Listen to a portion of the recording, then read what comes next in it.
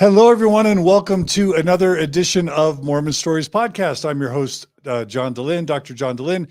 It's August 31st, 2021, and we are doing something that I think is really cool and exciting here on Mormon Stories Podcast today.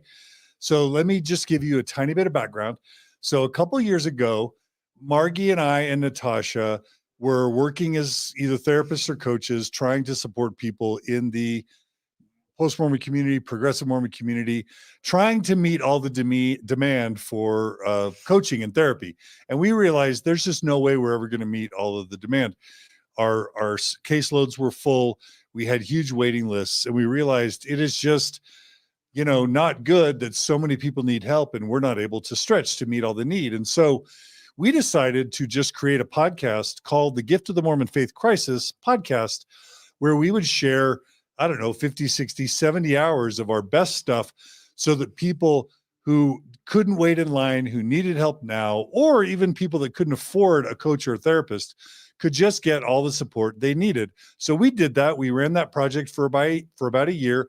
If right now you go to mormonfaithcrisis.com, click on it, you'll see 70 hours of free coaching with some of the most important topics that you could ever, want or need in a faith crisis. Things like, how to come out to believing family and friends, how to communicate with believing family and friends, how to not ruin your relationships, how to come out to your kids, your believing kids after a faith crisis, how to deal with your bishop and your church leadership, how to, healthy grieving, how to manage your anger, healthy sexuality, how to improve your marriage. So many really important and valuable sort of episodes that you can just access right now in audio or video form. And we did that for a while. There were a couple problems with it. One was because we started it as its own channel, we weren't really able to pick up a decent enough size support to continue. So that's the main reason we stopped. There just weren't enough viewers or listeners or donors or supporters. And we just said, we're not going to spend a couple hours a week, 5 hours a week, prepping, presenting, sharing the content if 100 people are watching it. I mean, 100 people are good, but we want to reach more people if we can. So we stopped it. We put the content up there. But what we know is over the past year or two, just people keep finding it and they keep finding value in it. So what we have decided to do is something really exciting. Margi Dehlin and I, and we think Natasha Parker, possibly other coaches and therapists, and the Carah are going to collaborate on bringing to you, hopefully once a week, some sort of topic. So on Mormon Stories Podcast, we're still going to cover historical issues. We're still going to cover truth claims. We're still going to do the epic sort of family stories of family faith journey stories. We're still going to do current events like we did this week with Elder Holland and Elder Holland's talk and all that. We're still going to do all that. We're talking about adding additional content or series of content to Mormon Stories Podcast. So what we're going to do is once a week, we're going to do an episode that we'll live stream that's dedicated to healing and growth. So not deconstruction, not processing, not church truth claims, not history, but like, how do you become more healthy? How do you become more happy? How do you have a better relationship? How do you be a better parent if you're a parent? How do you get better mental health? How do you have better, sex life? Whatever it is, we're going to be doing that, and you can expect it. Part of what's exciting about that is we are also going to live stream it so that whether you're on YouTube or on Facebook, you can literally interact with us and get free coaching in a live stream environment. So Carah's going to be monitoring the chats. Hey, Carah. Hey. Carah, thanks for joining us. And thanks for having me. And have we set up that this is going to be at a regular time? That's the first question. Is people are loving this idea. Will it be at a regular set date and time? That's a great question. So what we're going to do is it's going to depend on whether it's Margi, whether it's Natasha, whether we have a special guest, and probably their availability. So what we have been doing is several days in advance, we're going to publish the episode. So what both YouTube and Facebook allow you to do is to schedule a live episode so that you can see that it's been advertised. If you right now go to Facebook and say follow or subscribe or notify, and or go to YouTube and say subscribe and notify, it will alert you, whether it's through email or through the little notification button. We won't necessarily always do it at the same time. We may work towards doing it at the same time if we can work that out with guests. But at a minimum, you'll be notified a couple days in advance so that you can prepare and be here at the right time. And Carah, if we can do it on a specific day at a specific time, we'll try to. Right. How's that sound? Yes. Okay. Yes. Make everybody look forward to it. Yeah. Okay. So that is kind of what we're planning. I'm just going to, from the start, we want to pay people like Margi for their expertise. We believe in paying women.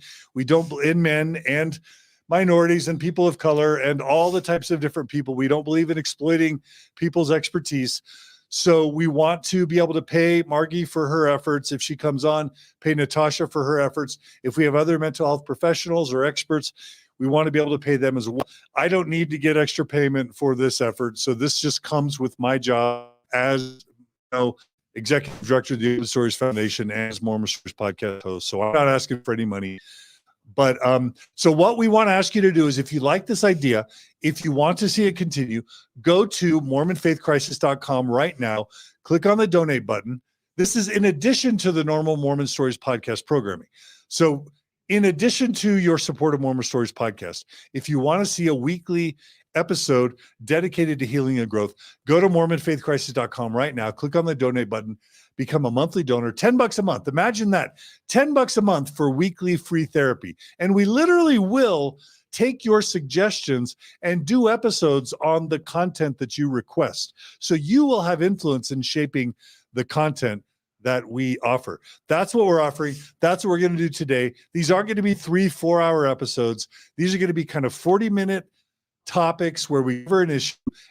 We'll do 30 to 45 minutes Q&A where we can both cover the topic, but also as coaches, cover topics that you bring up. So it's kind of going to be some free coaching and therapy in addition to the topic that we cover. Now, let me know, Carah, anything else before we jump into introducing our guest for today? Nope. Any other questions or comments from the audience?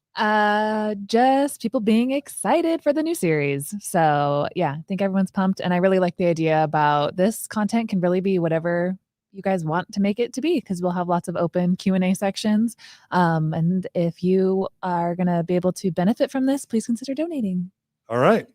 So without any further ado, we're going to welcome our first guest to the Gift of the Mormon Faith Crisis episode that is integrated with the Mormon Stories podcast feed. And our guest is transitions life coach, Margi Dehlin. Hello, Margi Dehlin. Hello. It has been a wee bit of time. How does it feel to be a guest on the Mormon Stories podcast live stream? Oh, well, it's exciting and just a little bit terrifying, but mostly exciting. Well, we had you on recently. You joined me to interview Natasha during her thing. And then you joined, were you there for Brindley or Leah? Which one for Brindley? It was a Brindley? Yeah. And I think I had like a little second in Leah's where I couldn't help myself. You hugged Leah or something. Yeah. And I think you hugged Carah during something. Right. Yeah. So anyway. I was editing that today. So I guess what I'm saying is I always get the comment, more Margi, more Margi. So based on your comments and feedback, we're doing more Margi.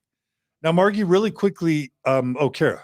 I just wanted to ask first off the top, I don't know if you were going to do this. I just wanted to make sure that you introduce Margi, what's your background? What are you qualified to speak about? And your, certifications. Somebody was asking, is Margi also a therapist like John? How would you describe your background? That's a great question.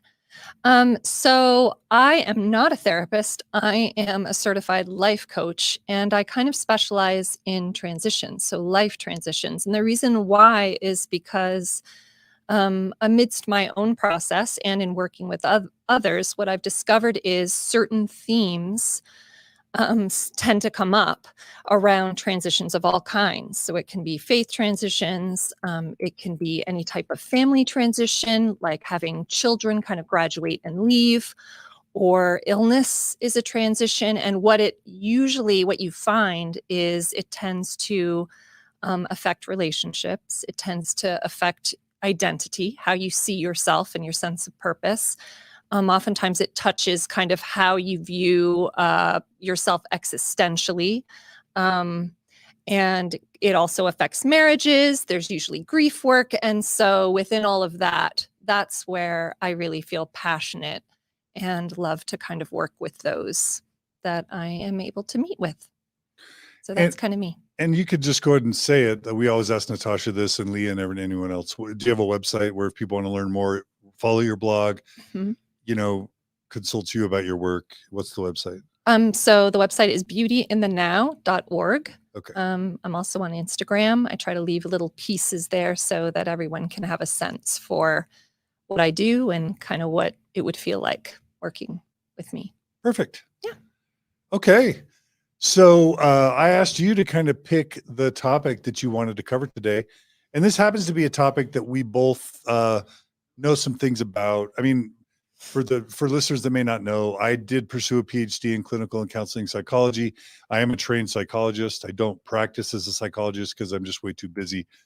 But I spent 6 years in formal training. I have the full PhD. And I have all the training that a psychologist has. I just don't practice that. I choose not to. So if it's okay, I will bring a little bit of my knowledge and expertise to bear. You're leading this, but this is something that we both know a lot about. So I'll be jumping in here and there. Is that okay? I love that. I want that. Yes. And then Carah, we'll want you, Carah, to kind of represent someone who's been through a faith crisis, someone who is going through a transition, a mom, a wife, and you're also representing. So we want you to feel comfortable jumping in just as a human being, but also we would love you to represent the listeners and viewers that may have comments or questions. You're in luck because I am a human being. And I also have been through a faith crisis. So that is within my job parameters. I can absolutely do that. And I'll be taking time codes. So hopefully, and show notes, and putting a lot of these links in there for YouTube for later. So between the websites of Margi's and all of this stuff and time codes that people want to jump to, we'll make this information as easily accessible as possible. And wouldn't it be cool if we can cut if they're like little nuggets, 1 to 3 minute nuggets that are worthwhile, we can make little TikToks out of that. And then those who follow us on TikTok, our TikTok channel, Mormon Stories Podcast, it's doing super well. We're almost up to 60,000. Is it 60,000? We're almost up to 70. We're almost up to 70,000 subscribers on our TikTok channel. And Carah has been releasing at least one video a week.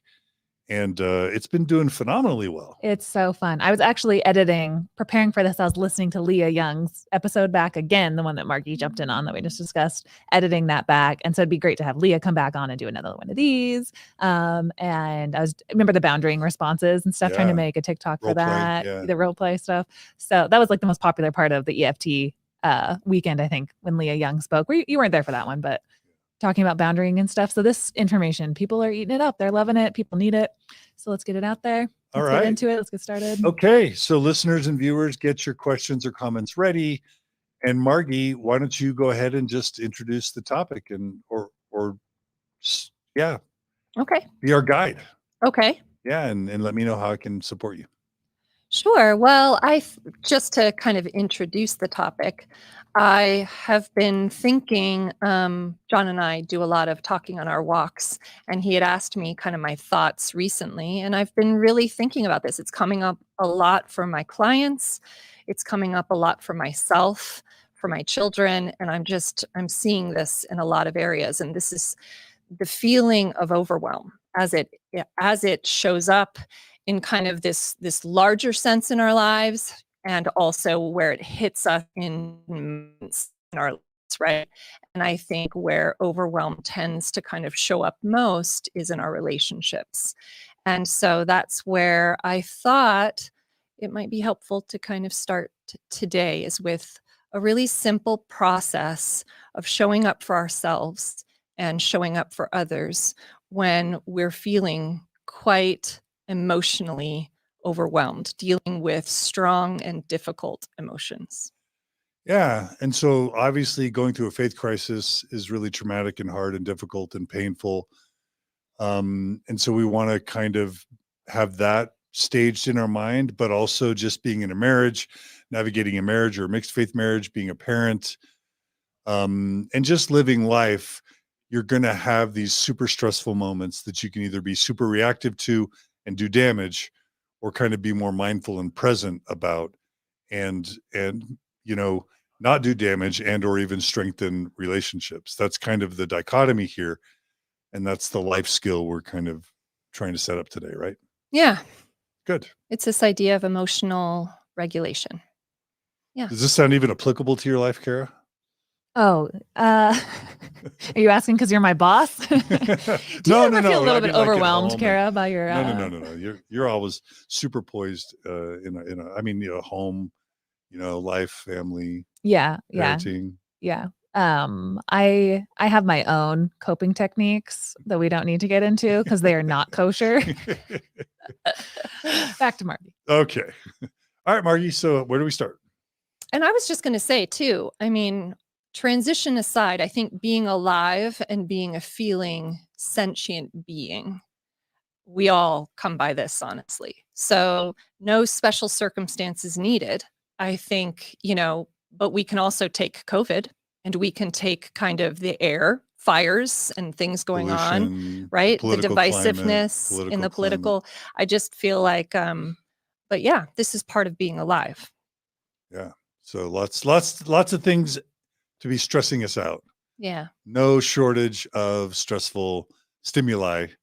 What's a better way to manage it? Okay. Where do we start?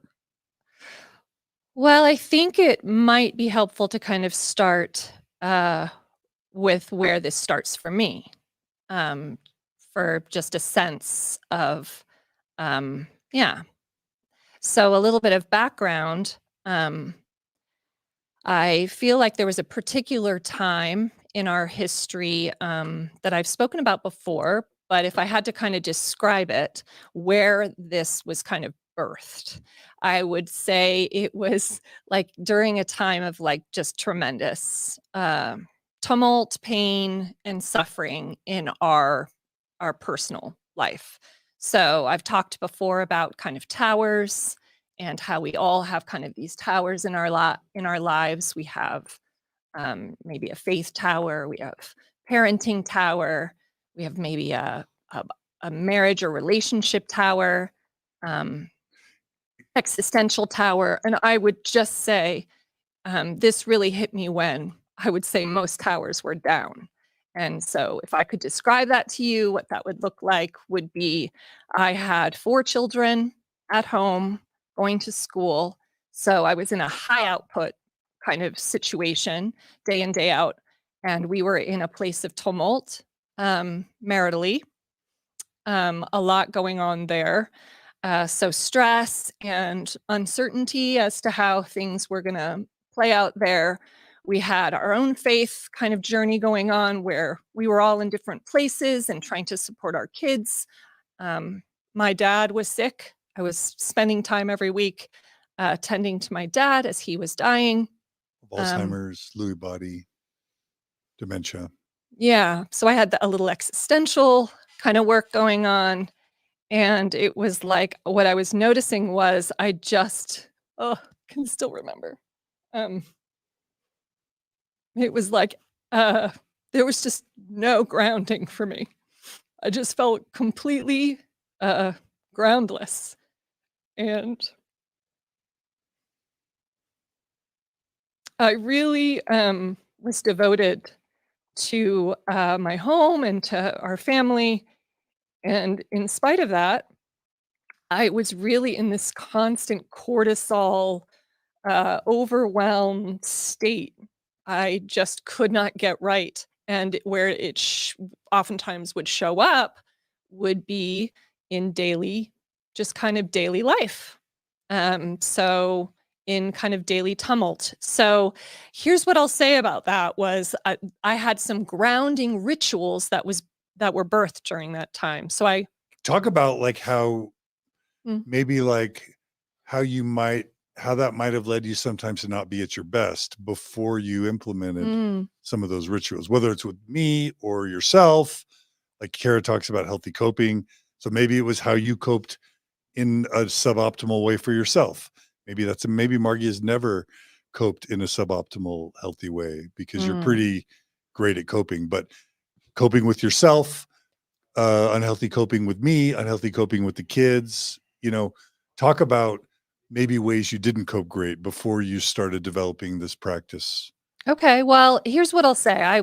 I've always been pretty proactive about coping, but I think we all have times where our coping doesn't cover it.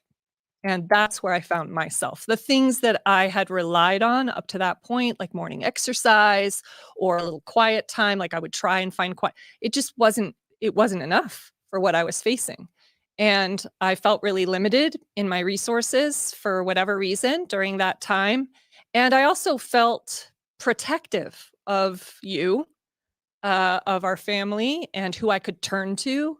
And so all of that created kind of an isolating kind of circumstance, which led me to be more reactive to my teens, to try and find control in relationships and kind of overcorrect. So that would be normal reactivity, overreactivity in normal circumstances. If a child was late or if the way it oftentimes shows up, I'm sure a lot of fear came into play and reactivity in working through our relationship as well during that time. I think the thing that really impacted me most was I think I found myself in a bit of a shame cycle because I thought it must be me. Like I'm working so hard. I've dedicated my life to these things and they've all gone wrong and all at once.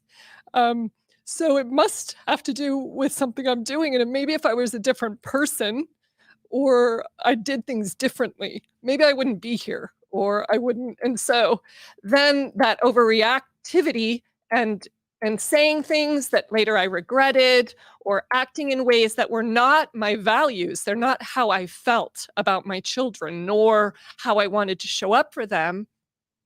It reinforced the shame. Then I had all this regret and feeling like, and I just felt like, I couldn't get a handle on it. I couldn't get a handle. And so this was birthed from moments and consecutive, I feel like, times where I really just felt like what I was doing wasn't working and the pain and suffering was incredible.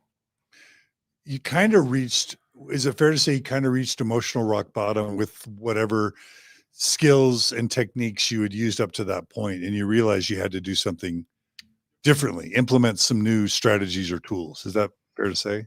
Yeah, I think I found a sense I felt a sense of groundlessness in my life with the things that I had up to that point relied on, that they were not either working anymore or they weren't enough. Okay. So where do you turn? So from there, I feel like a lot of kind of grounding practices emerged or rituals. And those are things that I'm not really talking about today. But if you're interested, we can explore that in another kind of session. And so what that means what does is grounding mean?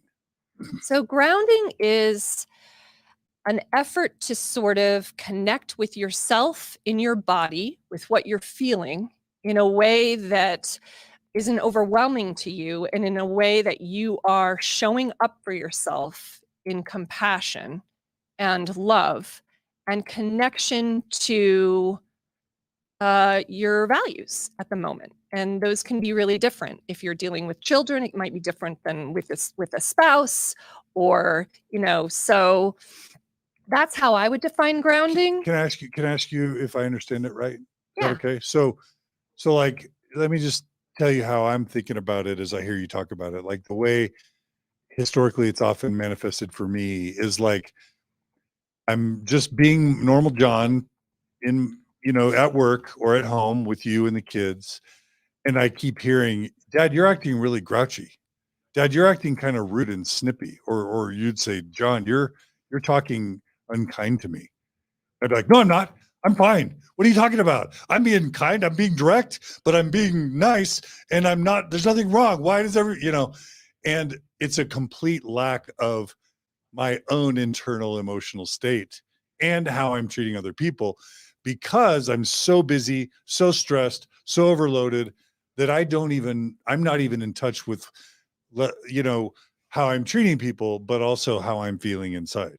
And so when you talk about grounding, do you mean behaviors or practices that can help you just pause your day, get to a more externally or internally quiet space, and develop some self-awareness around, well, how am I really feeling? How am I actually feeling?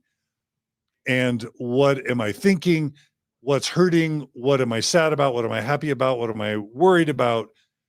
And then by understanding your state, that's a good first step to what you can do after that. Is that what you mean? And so that, and then you can give examples, or did I get that wrong? Yeah, that encapsulates a lot of what I need. What I would say here, I'm going to make a little bit of a differentiation. There are grounding rituals, which I brought up, that stemmed initially out of my pain and suffering. They're like yoga, spending time in nature, meditating every morning. Those are examples of practices or rituals that I do every day. I don't wait for things to get overwhelmed. Every day? I walk in nature or step outside and do sort of a sensory nature. I incorporate nature usually numerous times a day, right? So those are rituals. I do those yoga, no matter what. You don't do it every day, but you do yoga. Yeah. Sometimes. Right. So I do them regularly week. as sort of rituals that allow me to connect with myself, connect with what I'm feeling in a safe kind of place, and to process. This is kind of different from what I'm going to be talking about today, which is. Why are you bringing it up if it's not the focus? Well, this is what I'd say. Because grounding, the grounding ritual gave birth to my grounding strategy. Got it. It was the birthplace for me. By processing and taking a little more time to go on walks and to hike, I was able to get connected with myself, to see themes. It allowed me to see I was being overreacted with the kids. Up to that point, I actually wasn't even aware of my behavior. I just knew I had a lot of pain and suffering, and I was creating a lot of pain and suffering. Can I add one thing? Yeah. A lot of people, because you write so well and because you come across as so poised and dignified, and you actually are, people are always telling me, how is she so poised? How is she so graceful? And so, like, I want to add, at some point you started a daily meditation ritual where you downloaded the Calm app. That's CALM. You downloaded that app onto your phone, and you started doing a 10 to 15 minute meditation each morning. You'd wake up, you'd get your phone, and you would do a 10 to 15 minute meditation. And I think that, along with yoga and nature, were really important tools that were really important ways for you to ground, to then develop some of these other tools and techniques. And I just wanted to make sure to mention that. And to this day, if it's in the morning, before Margie does anything, she wants to wake up, she wants to get her coffee, and she's going to do her meditation. And if I want to talk to her during her 15-minute meditation, I don't. I maybe I'll go kiss her while she's meditating, but that's the best to get, because you don't interrupt Margie when she's meditating, not because she's mean, but because you want to be respectful to her daily practice. So that's just. I would look at it like a layering. And so grounding rituals are kind of a foundational, but the grounding strategy that we're talking about today, you don't need a grounding ritual to start it. And I really wanted to just sort of be able to submit and present something today that could meet you where you are today. So wherever you are, and we'll give some examples later, but it's kind of like, this isn't going to remove suffering. It's not going to fix suffering for you, but maybe it will help you from, and we can talk about second arrow, but from creating suffering, more suffering as you're suffering. And so this just felt like something that I felt like everyone could relate to, is just kind of feeling kind of slapped upside the head sometimes, and feeling really reactive. Okay. All right. So that's a good introduction to grounding strategies. Where do we go next? Yeah. So let's look at maybe how it presents without a strategy Okay, so how overwhelm oftentimes presents for us. That's where I would start. Okay. Sound Yeah. okay? Yeah. So I feel like how it usually starts is there's like a trigger moment where all of a sudden we feel intensely, and usually it's negative if it catches our, our attention. If it's a trigger, it's usually in some, so we'll have a kind of negative rush of fear or irritation or something, but there's this sudden trigger rush of feeling that we react to in the moment. It's not a choice oftentimes. It's like what you were describing. I'm in this reactive state and now I'm irritated. And so how's that? Out a little bit. So you're not talking Like that? Keep talking. Okay. Anyway, so then you're reacting now, and it's usually affecting those we love. So like if we're thinking about our space, maybe it's Elder Holland's talk from last week. Maybe you really care about LGBTQ people, and then Elder Holland gives this talk and you start seeing it posted all over social media. Maybe it's General Conference weekend, and all of a sudden all your believing family and friends are posting memes and General Conference talks everywhere. Maybe it's a grandma that reaches out to your grandkids and says, "Hey, Johnny and Susie, here's a picture of Jesus. I'd sure love to see you at church today." Maybe it's your spouse who's still a believer telling you that she just paid $5,000 in tithing, and that's really triggering. Or maybe you're a believing spouse and it's your non-believing spouse telling you he just took off his garments and he's not going to be putting them back on. Maybe it's your kid telling you they just became sexually active or want to get a tattoo. Or maybe it's your 3-year-old basically throwing a tantrum in the supermarket and not allowing you to even do the basic things. Are those some of the triggers you're talking about? Yeah, but I would even say those triggers are oftentimes, those are more formative than a lot of the triggers I'm talking about. I Okay. think when you're in a state of feeling a lot of stress and a lot of overwhelm, it's like a child is late, a teen is rude or reactive to you, or it's very daily things that are quite normative to the human experience, but all of a sudden they become really affronting, very difficult to deal with. Okay. All right. Yeah, everyone's just really loving this discussion, and I don't have any particular comments that I wanted to pull out, except for one that I'll try to go find maybe later. No, that's fine. I didn't mean to put you on the spot. I Okay. just wanted to- I can't remember who had it, but it was a really great comment about showing up to divorce court and grounding themselves right there, then and there. There we go. I learned about grounding just days before standing at the bar in divorce court. Freaked. Repeated, "I feel my feet on the floor. I feel my feet on the floor. I feel my feet on the floor." Saved me. Yeah. So those are, yeah, definitely those big moments in life that if you put the work in to practice them on the, like you said, these normative experiences that we all go through daily. Even just yesterday, I probably was gone 12 hours yesterday, came back at 9 p.m. and my husband was just like staring blankly at the ceiling when I came home with 2 kids still awake. And I gave him a hug, and he needed some grounding. So I'm going to go text him to turn this on right now. Because he gets quite overwhelmed transitioning into things. Being stay-at-home dad a little bit. Being a stay-at-home dad, and he's got a lot of grounding that he already did in his workplace, that he already knows how to keep himself there. But now he's in a new environment, and things are very, very different.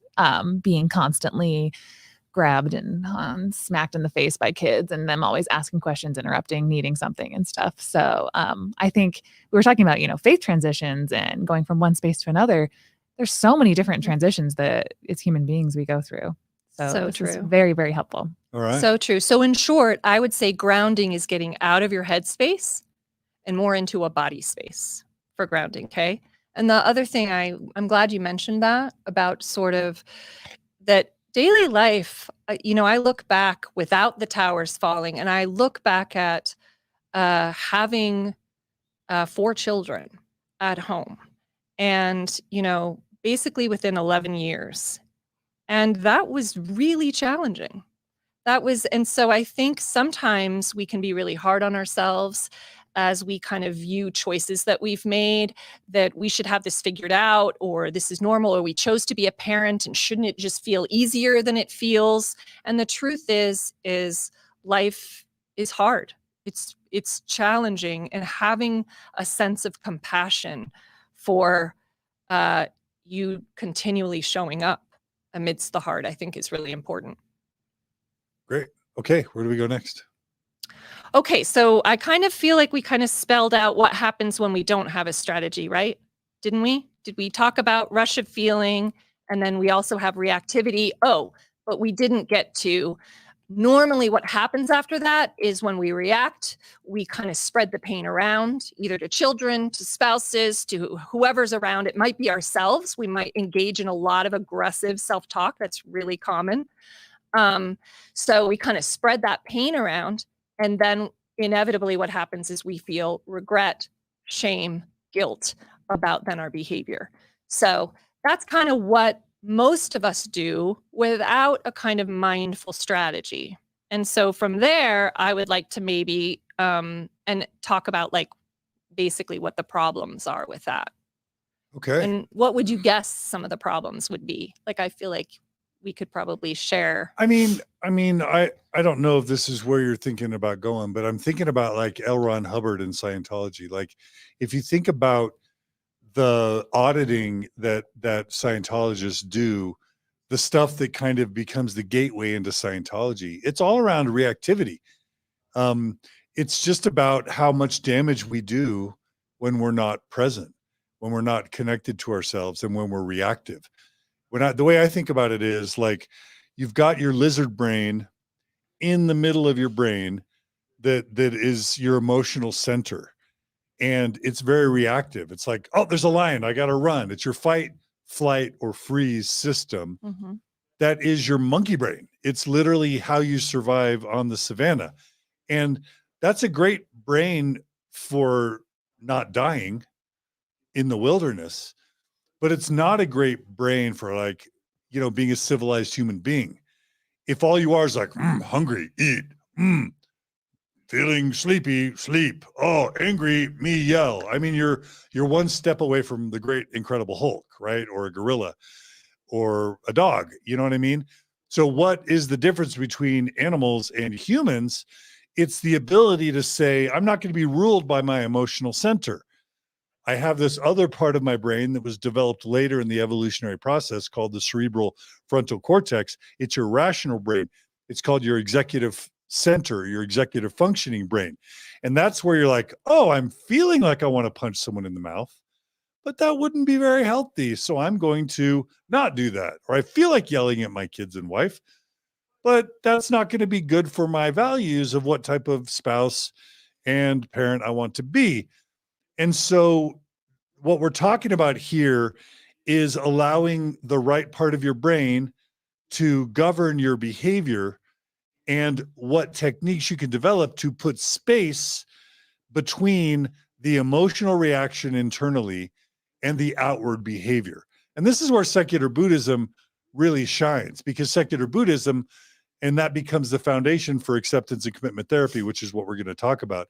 Secular Buddhism is all about being in the present moment, not being reactive, accepting what is, not attaching too much to labels and stories and emotions, but instead to figure out what your values are.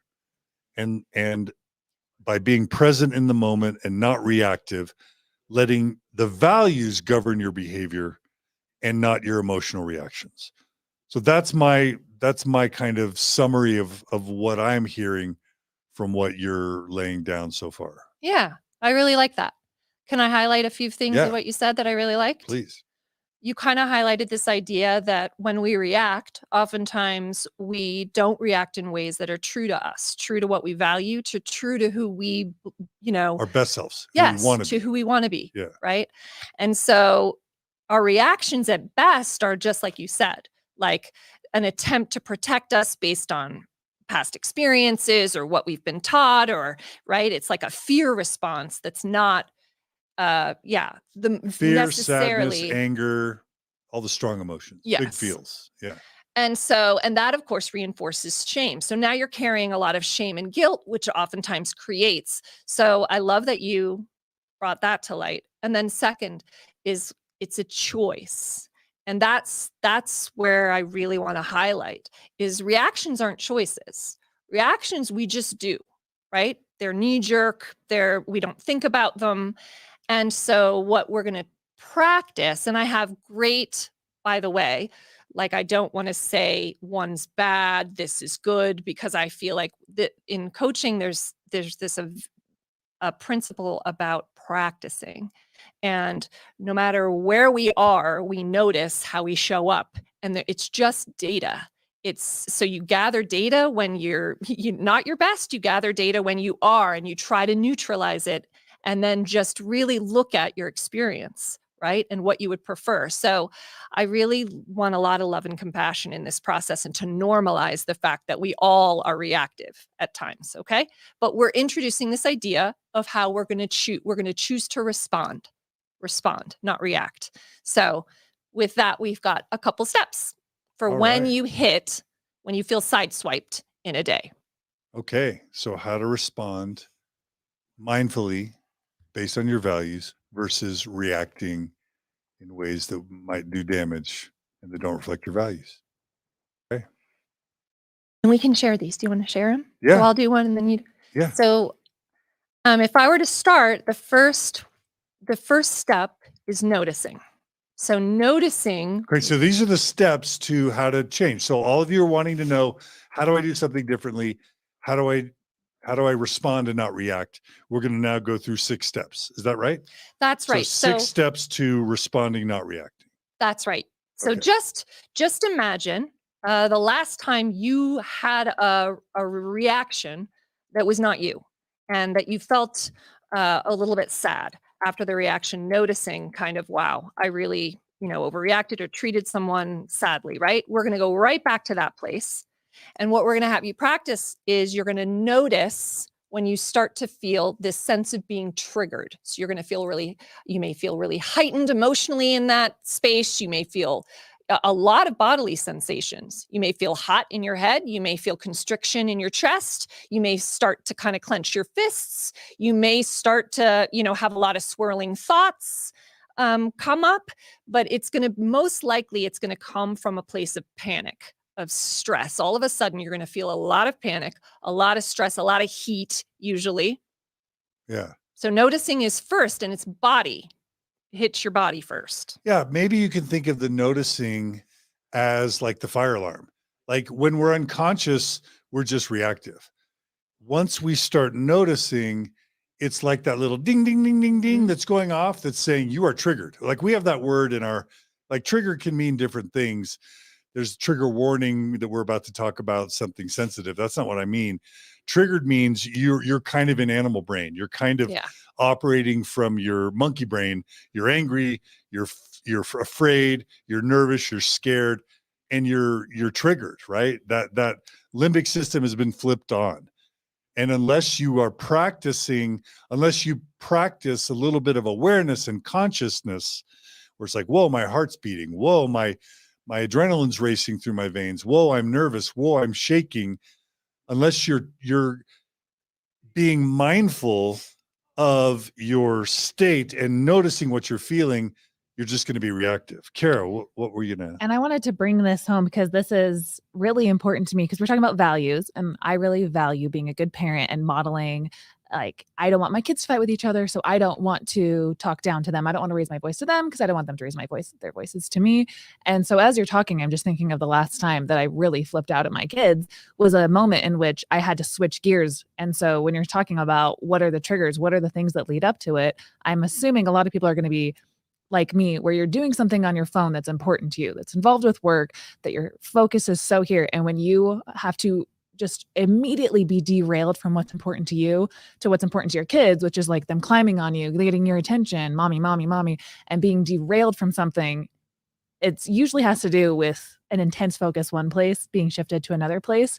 That's usually where I get out of control. And while you're saying that, it's making me recognize how it usually has something to do with a screen or a device in my hand, just the same way that when we turn off the TV of our kids, if they're watching something, they're intently focusing. If we walk up behind them and switch that off, they're going to react, like screaming monkeys as well. Totally. And just that's part of the human experience too. When you are so mentally devoted to something, it doesn't feel good when somebody else tells you to be pulled out of it. You want to make that. And so part of parenting for me is like, I gave that up when I had my children. It's like I dedicate that I'm going to be aware of my triggers, be aware to be respectful that, okay, technically this can wait. I can focus. I can compartmentalize work time here.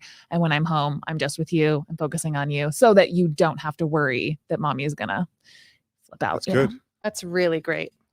I mean, what I like about what you just did, Carah, and listeners and viewers, we want to invite you to share your comments right now in the same way. What I heard you just identify is a context wherein you're likely to get triggered. So some of us may be when we're in the middle of important tasks. Some of it may be just when there's a lot of stressful stuff going on at work. Some of us, it may be the morning or the evening. There are going to be different contexts where we're more likely to, maybe it's when there's a lot of family around. Some people, when there's in-laws and lots of kids running around. Like, Carah, what I heard is almost like this pre-awareness of just knowing what context. So sometimes, like for me, it was family vacation with my parents. Before my parents divorced, anytime we're on a family vacation, dad's going to lose his stuff and scream. That's what happened on family vacations, is dad would scream. And, so that's what I heard, Carah, you just do. Margie, did you want to add anything? Yeah, it's almost this idea of adding a preventative through awareness. You're looking at, and I really, really appreciate that. And I feel like that's where we get to intentionalize our life too. There's power in that once we start observing our patterns of where we get triggered and why, if they happen at the same time of day, around the same situations, then the power becomes, if I were to intentionalize my life and want to strategize and improve it, what could I do differently during those times to help, take it easy on myself and those I love. Right. And along with intentionalize, I love when you guys listening to the Gift of the Mormon Faith Crisis, you guys talk a lot about deconstructing when you leave the church, your values. And so being intentional that, like, what are your values when you rebuild outside of the church or whatever, faith transition, whatever stage of life that you're in, it's important to say what your values are. And then where to be intentional and why the purpose behind all of these things. Like I was saying, my highest priority is to model good behavior for my kids. And if I don't remember that value is at the forefront of my mind, then things are going to get completely muddled and confused really, really quickly. Yeah. And just recognizing, sorry to always bring this back to Mormonism, but like there's beautiful things that I was taught in Mormonism about the strength of family and those bonds and stuff. And that's something I still value really highly. And I still want to really, really maintain good bonds and focus on being a good mom to my kids. So this conversation is helpful for that reason for me. Yeah, I feel that from you. And really what Carah just did too is bring us almost to the last step, which is connecting with the value, which I love. Yeah, and I worry we're going out of sync. So step one was noticing what you're feeling. So which by Carah, the way, may be hard enough for everyone.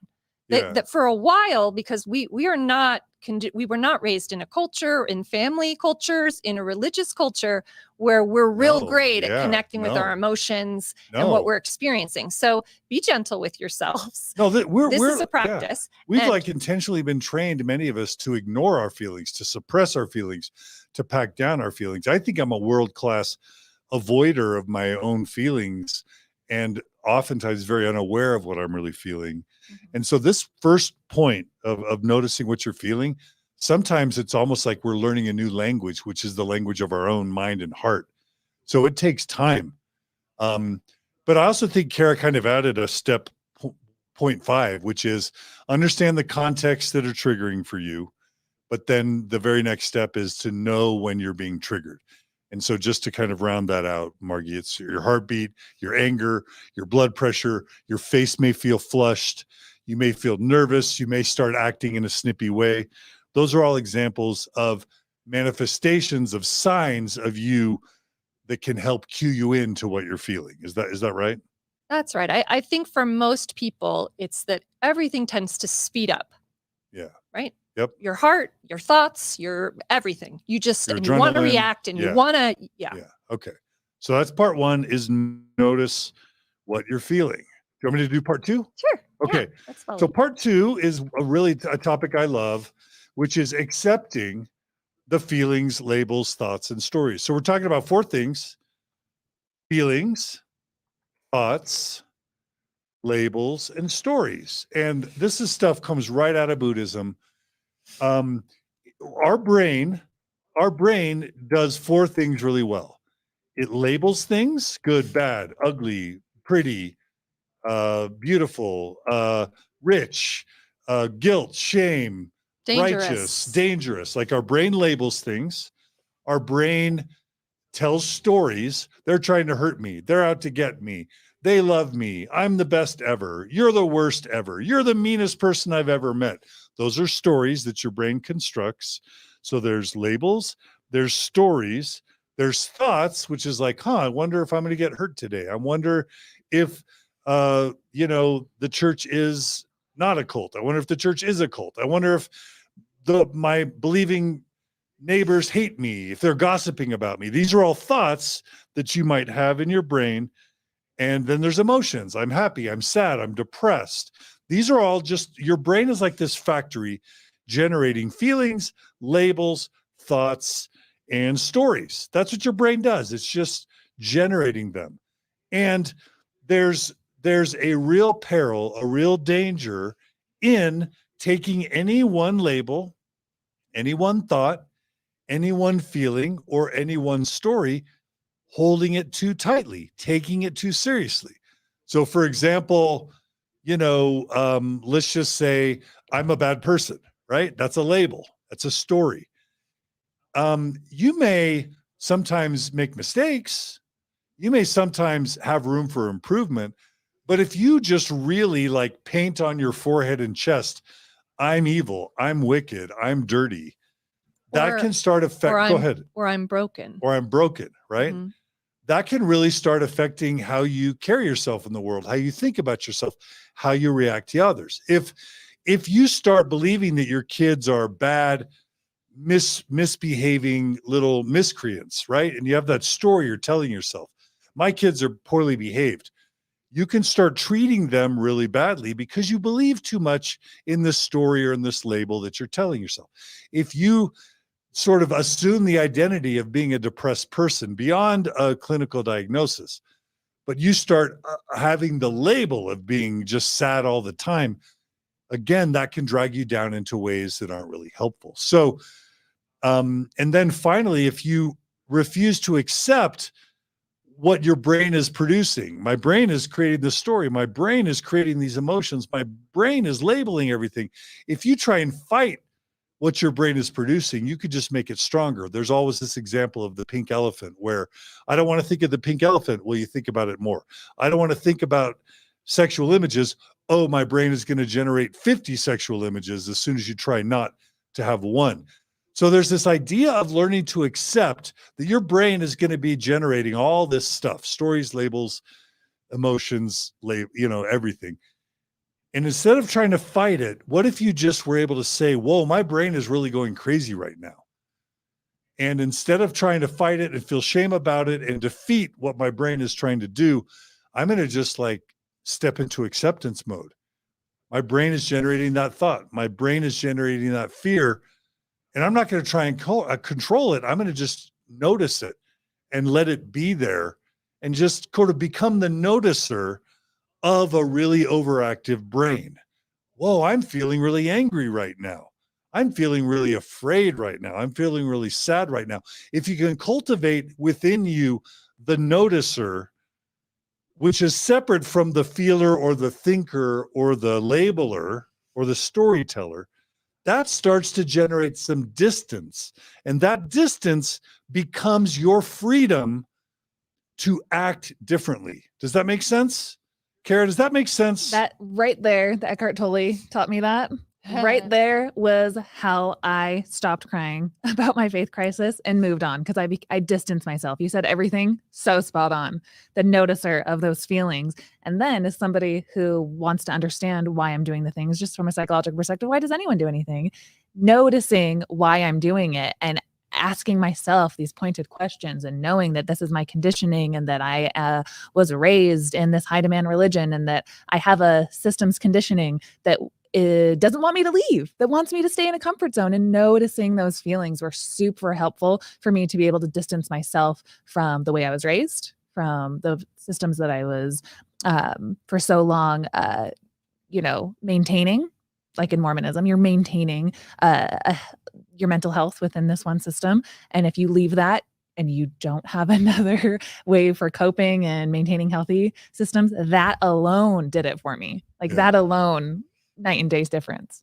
Oftentimes I refer to that as default setting because we don't choose it. It's kind of where we revert back to those same stories, and remember, we're not in our wise mind. So in our argument with our husband, it's like, you're such a misogynist. You're such a, it's the programming or things that over time have kind of melded.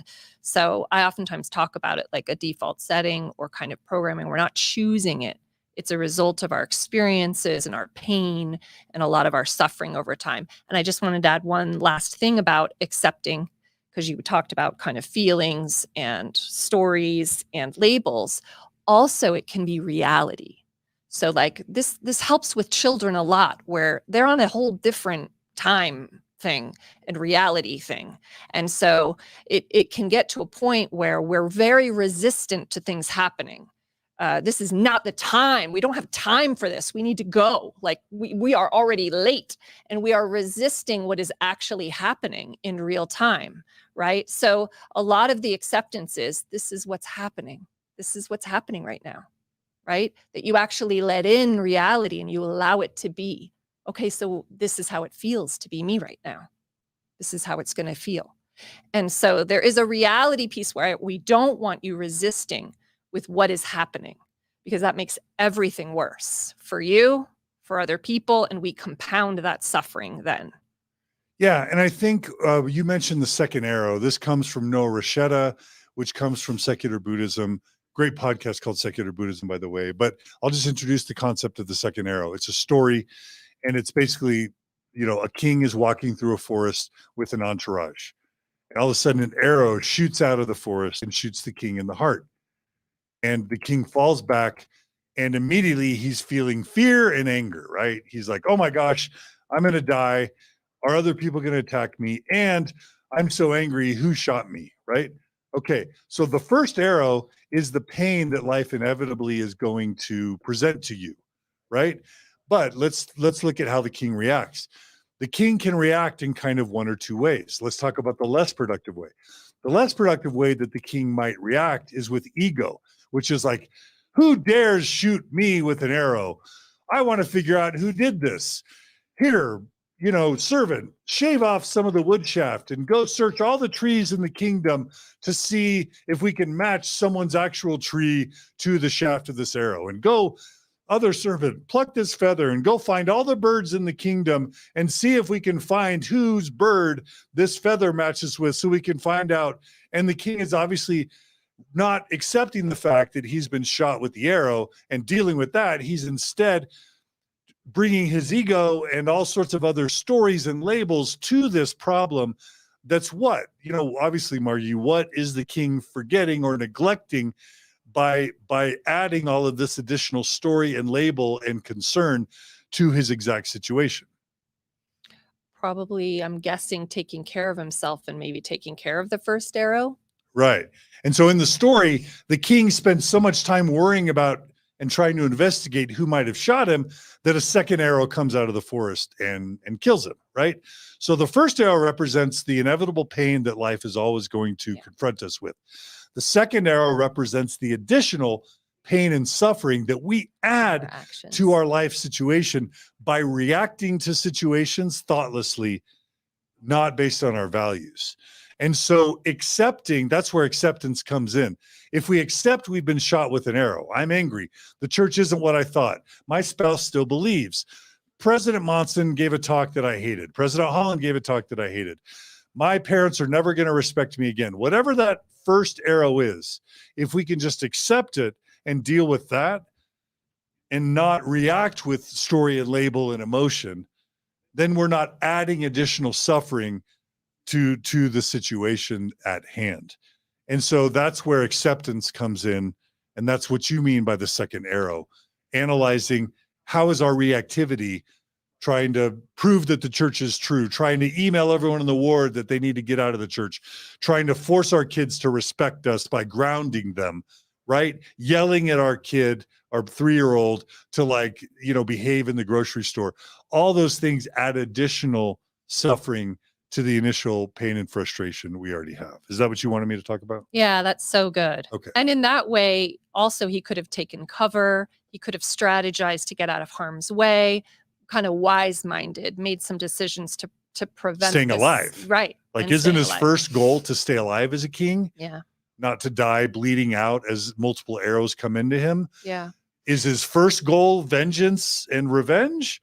Or is his first goal saving his life, right? Right. Yeah. Okay. So that's number 2 is acceptance. So we have noticing, we have accepting, and That's you number kind of 2. introduced the third Okay, what's as you the were third? talking, What's the third? or you Oh, you want me to do it? Okay. It's So the third holding- point that I already introduced is holding your feelings, labels, thoughts, and stories loosely. Yeah. There's no such thing as a true story. This is Mormon Stories Podcast. There's no such thing as a true story. How many of you have had a fight with your spouse where you're both in the exact same argument? You're both eyewitnesses to the argument. You think one thing was said and done, and your partner thinks a totally separate thing was thought or done. There's no such thing as a true story. There's only perspectives on story.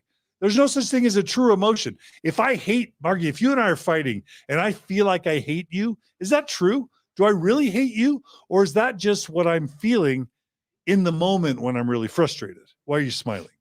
Oh, just enjoying you. When you feel like you hate me, is that true? Or is that just what you're feeling? It is not true. Yeah, it's just what you're feeling, right? So labels, thoughts, feelings, stories, hold them loosely or they will control you. They're like chains that bind you.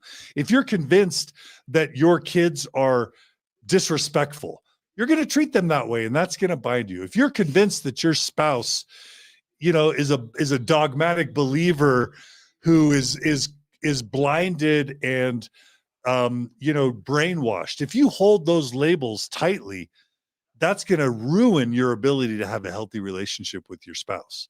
So hold your labels, thoughts, stories, and feelings loosely.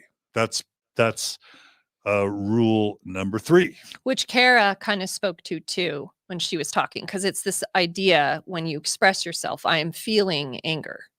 I am not angry. I'm feeling angry. Like that language matters, how we talk about and being an observer to our emotions, which is a skill. I mean, these things, they may be simple, this idea of noticing, trying to accept reality, accept our feelings, and then creating a space where we actually are a little bit separate and there's a bit of distance there. It may be simple, but they're not easy. Okay. So we acknowledge that. And that's why this is something to kind of practice. But moving on from that. Let's check really quick Yeah. with we have some listeners both on YouTube and Facebook, some of them that have even shown some support our way. So Carah, why don't we check in with our commenters and viewers and just anything you want to just say to kind of represent them? Oh yeah. Make Thank today you. amazing. I think he was in my TikTok live stream a little while ago, and I was telling everyone to donate in my TikToks when I'm not working for Mormon Stories. I'm still on my live streams, telling people to still donate here. So they listened, and he said mostly as a thanks for Matt's episode. Oh, you brought him here by advertising this episode. Is that what That's you're what I'm saying? trying to say, Oh, yeah. thank you. Thank you. Yeah. Yeah, no sweat. And he said, mostly as a thanks for Matt's episode. Y'all are saving lives. Keep it up. So that's the Oh. first super chat that I wanted to read. So he donated again you're saying he donated on YouTube. There's this feature on YouTube. If you want to support this programming, if you like it, YouTube's got a feature called Super Chat where you can click on the little dollar signs and throw a few bones our way to help pay for Carah, to pay for, the operations, etc. So a huge thanks to, what's his name again? I lost it. I'm sorry. It was a screen name. A huge thanks to Make Today Amazing There for we go. supporting the program. Yeah. Anything else you wanted to share? I guess Facebook also has a feature called Stars. So if any of you are on Facebook and you want to support this programming, you can always do that through Stars. And that's just a way that we can kind of keep the lights on. It's just a way you can show support in addition to becoming a monthly donor. So I didn't want to just throw that at you, Carah. Is there anything else, or should we just jump back in? I just wanted to read, I like Chris's comment that says, I was shocked how when I started to try and practice this, I had to carry a little notebook around to even recognize my emotions, actually write down what made me happy, sad, or angry. And going back to what you were saying about being the noticer of your emotions. And if that's what you need to do to practice that, I think it's worthwhile.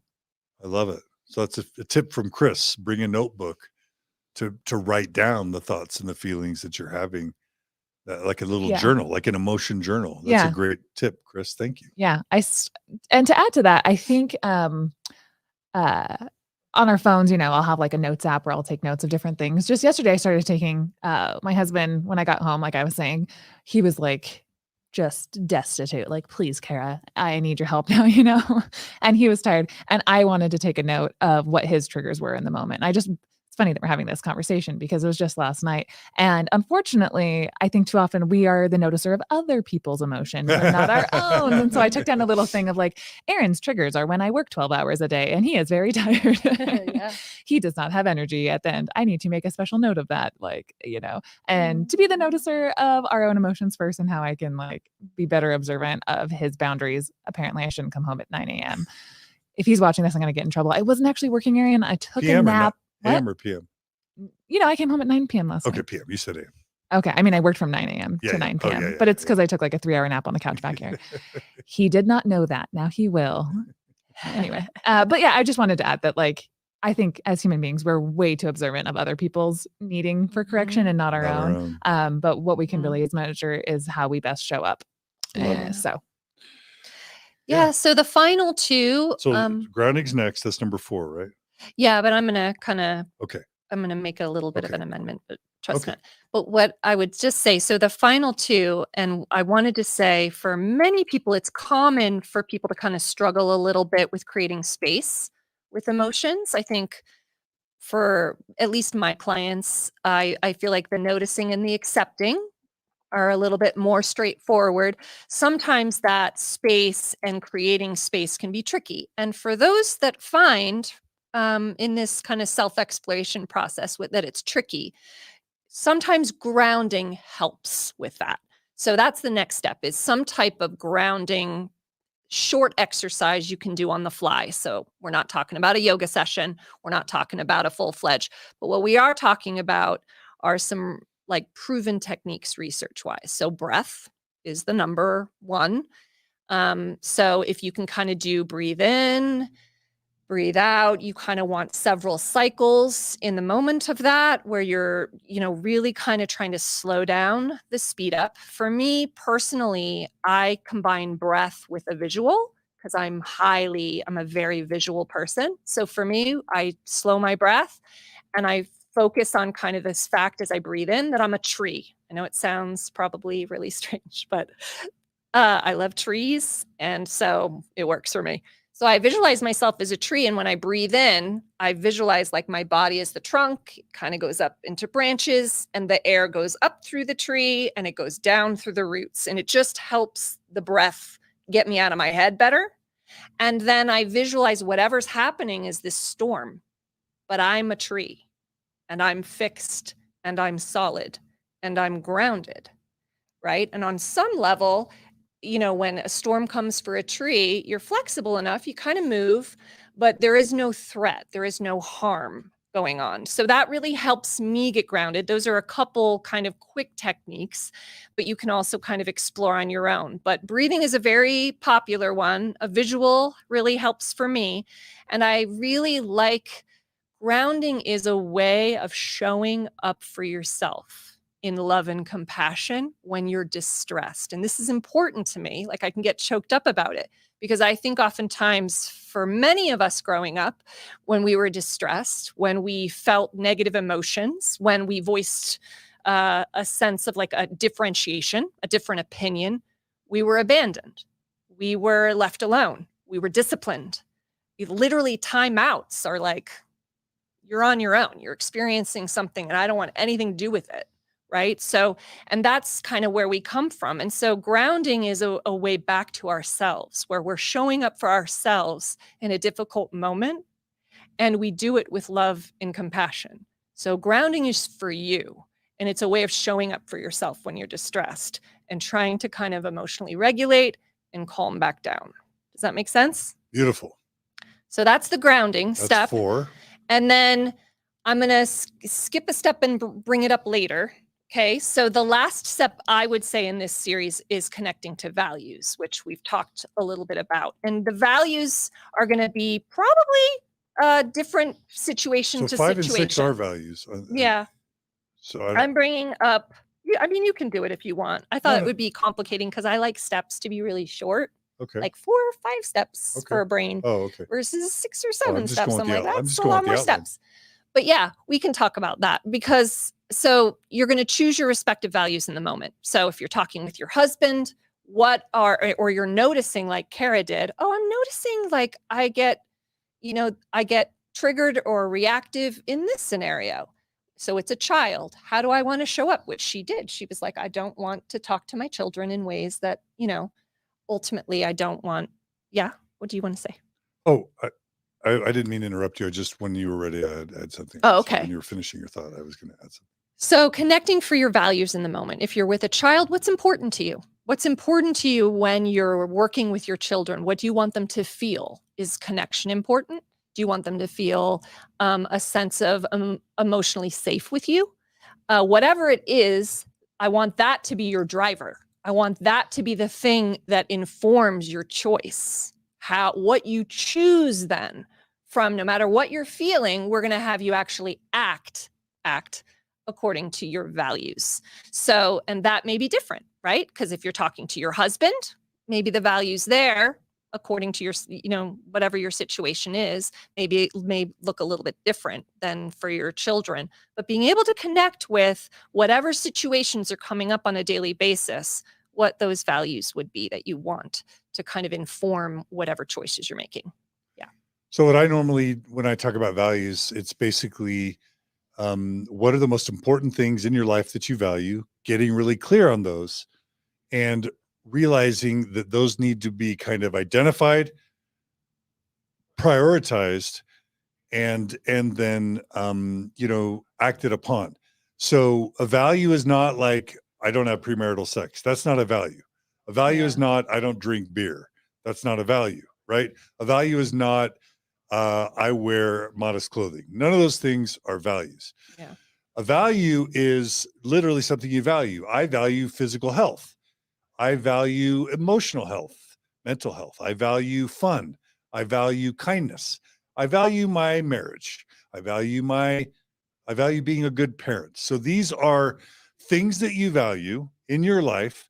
You need to be able to list them, rank them, because maybe you value financial security, but also maybe you value parenting most. So like Carah, in your situation, you are on your phone because you're trying to do your work, but you're home now and your kids come up to you and they've been missing you all week and they are wanting some connection time. Values would help you go, oh my gosh, I'm feeling angry. I'm feeling angry that my kids are bugging me. Now I'm going to be present in the moment and say, whoa, I don't want to be reactive. Wait, what are my values? I've actually value being a parent as a higher value than sort of like doing this job that John asked me to do right now in this moment when I've already worked 30 hours in the week. Values would help you say, time to put my phone down, time to give my kids some attention or Aaron some attention or whatever, because in this moment,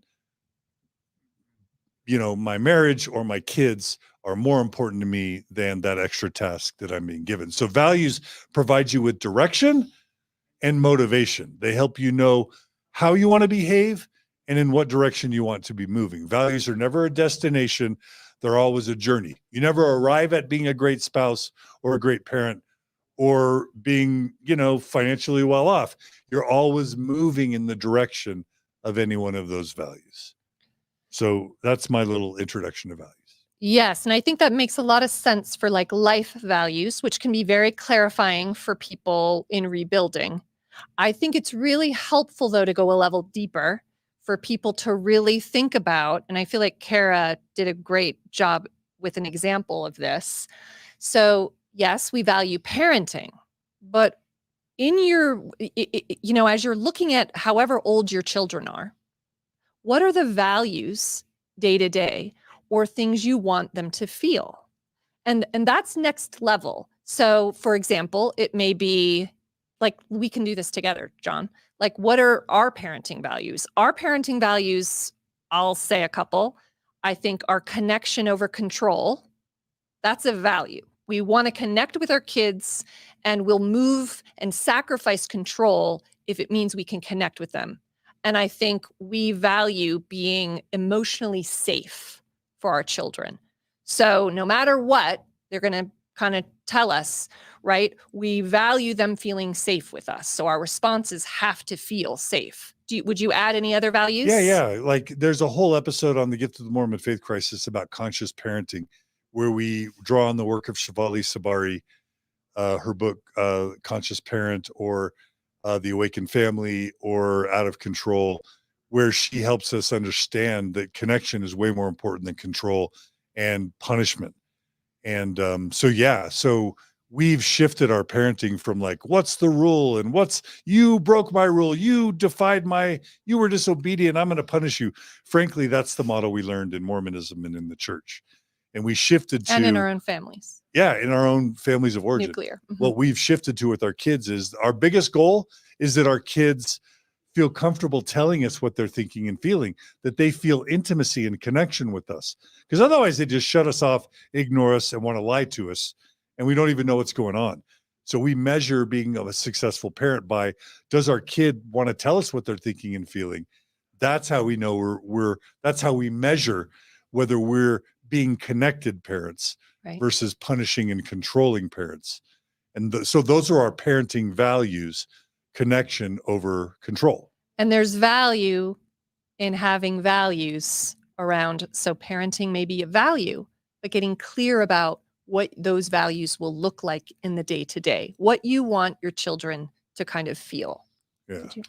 I was just going to add, if you don't mind, expanding this to the further context that so many people are struggling with, is I think between EFT this weekend and a lot of conversations that I know you guys have on Gift of the Mormon Faith Crisis is about making people feel safe if you are on different places of faith journeys between your believing family, believing spouse. That's great. Yeah. And so we were putting it in the context of parenting, but even still, every relationship needs to have safety, and that's a higher priority than I'm right, you're wrong. Going back to what you're talking about, labeling, I'm the ex-Mormon, you're the faithful Mormon, and we're never going to get along.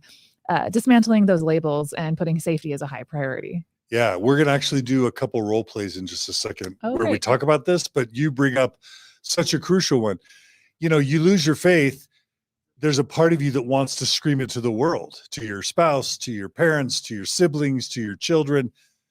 But what do you value? Do you value being right over having a healthy, strong relationship with all those people? If all those people are Orthodox believers and you're shoving your newfound doubts and questions in their face, you may be historically right, but you may be damaging those relationships.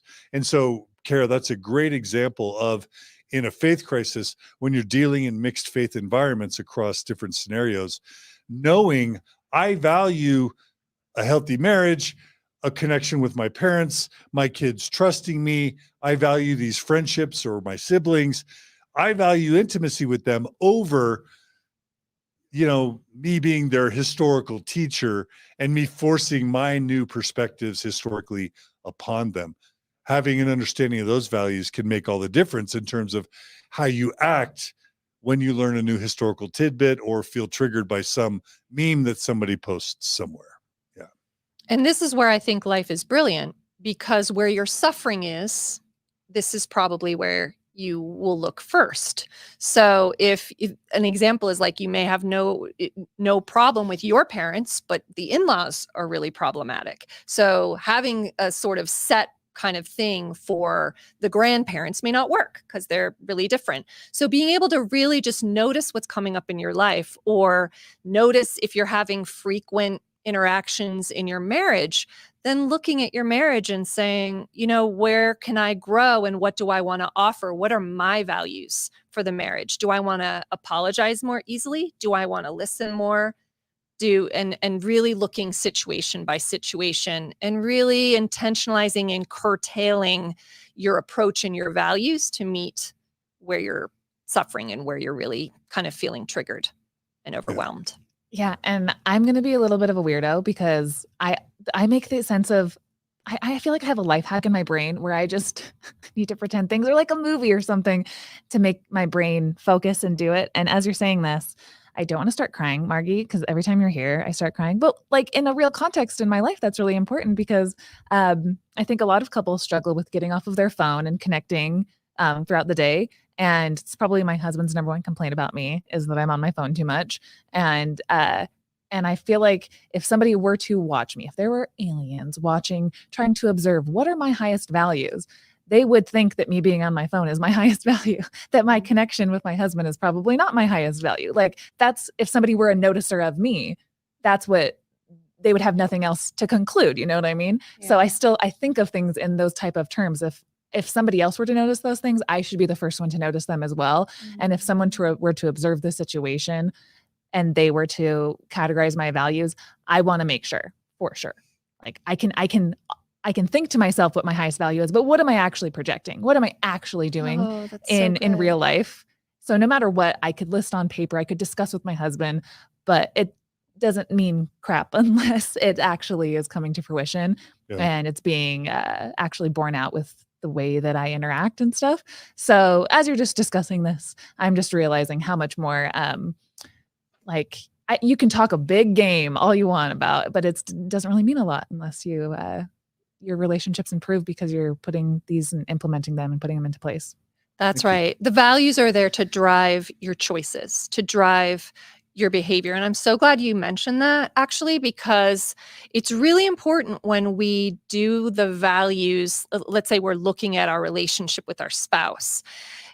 We tend to, I think, with our programming, get aspirational really quick. It's kind of what we do at the first of the year with goals. Like we have such a goal mindset where it's like, well, I should be doing this and I should be doing, and I just that is not a way to move forward. And so we have to be really clear about what feels honoring. It means I want this for myself. Yeah. I want to offer this. It's important to me because I want to create this. That's a really different place from like, I'd really love it to look like this. And then I could be like this. And I know this couple over there. And I think we could, and that's not what I'm talking about. Get out of sort of that aspirational goal setting mind and really kind of sink in to your needs and desires and like what would really feel honoring to you. Yeah, because values are never shoulds. Like as members of the church, we were told what we should value. And sometimes we did and sometimes we didn't. And sometimes we just went through the motions.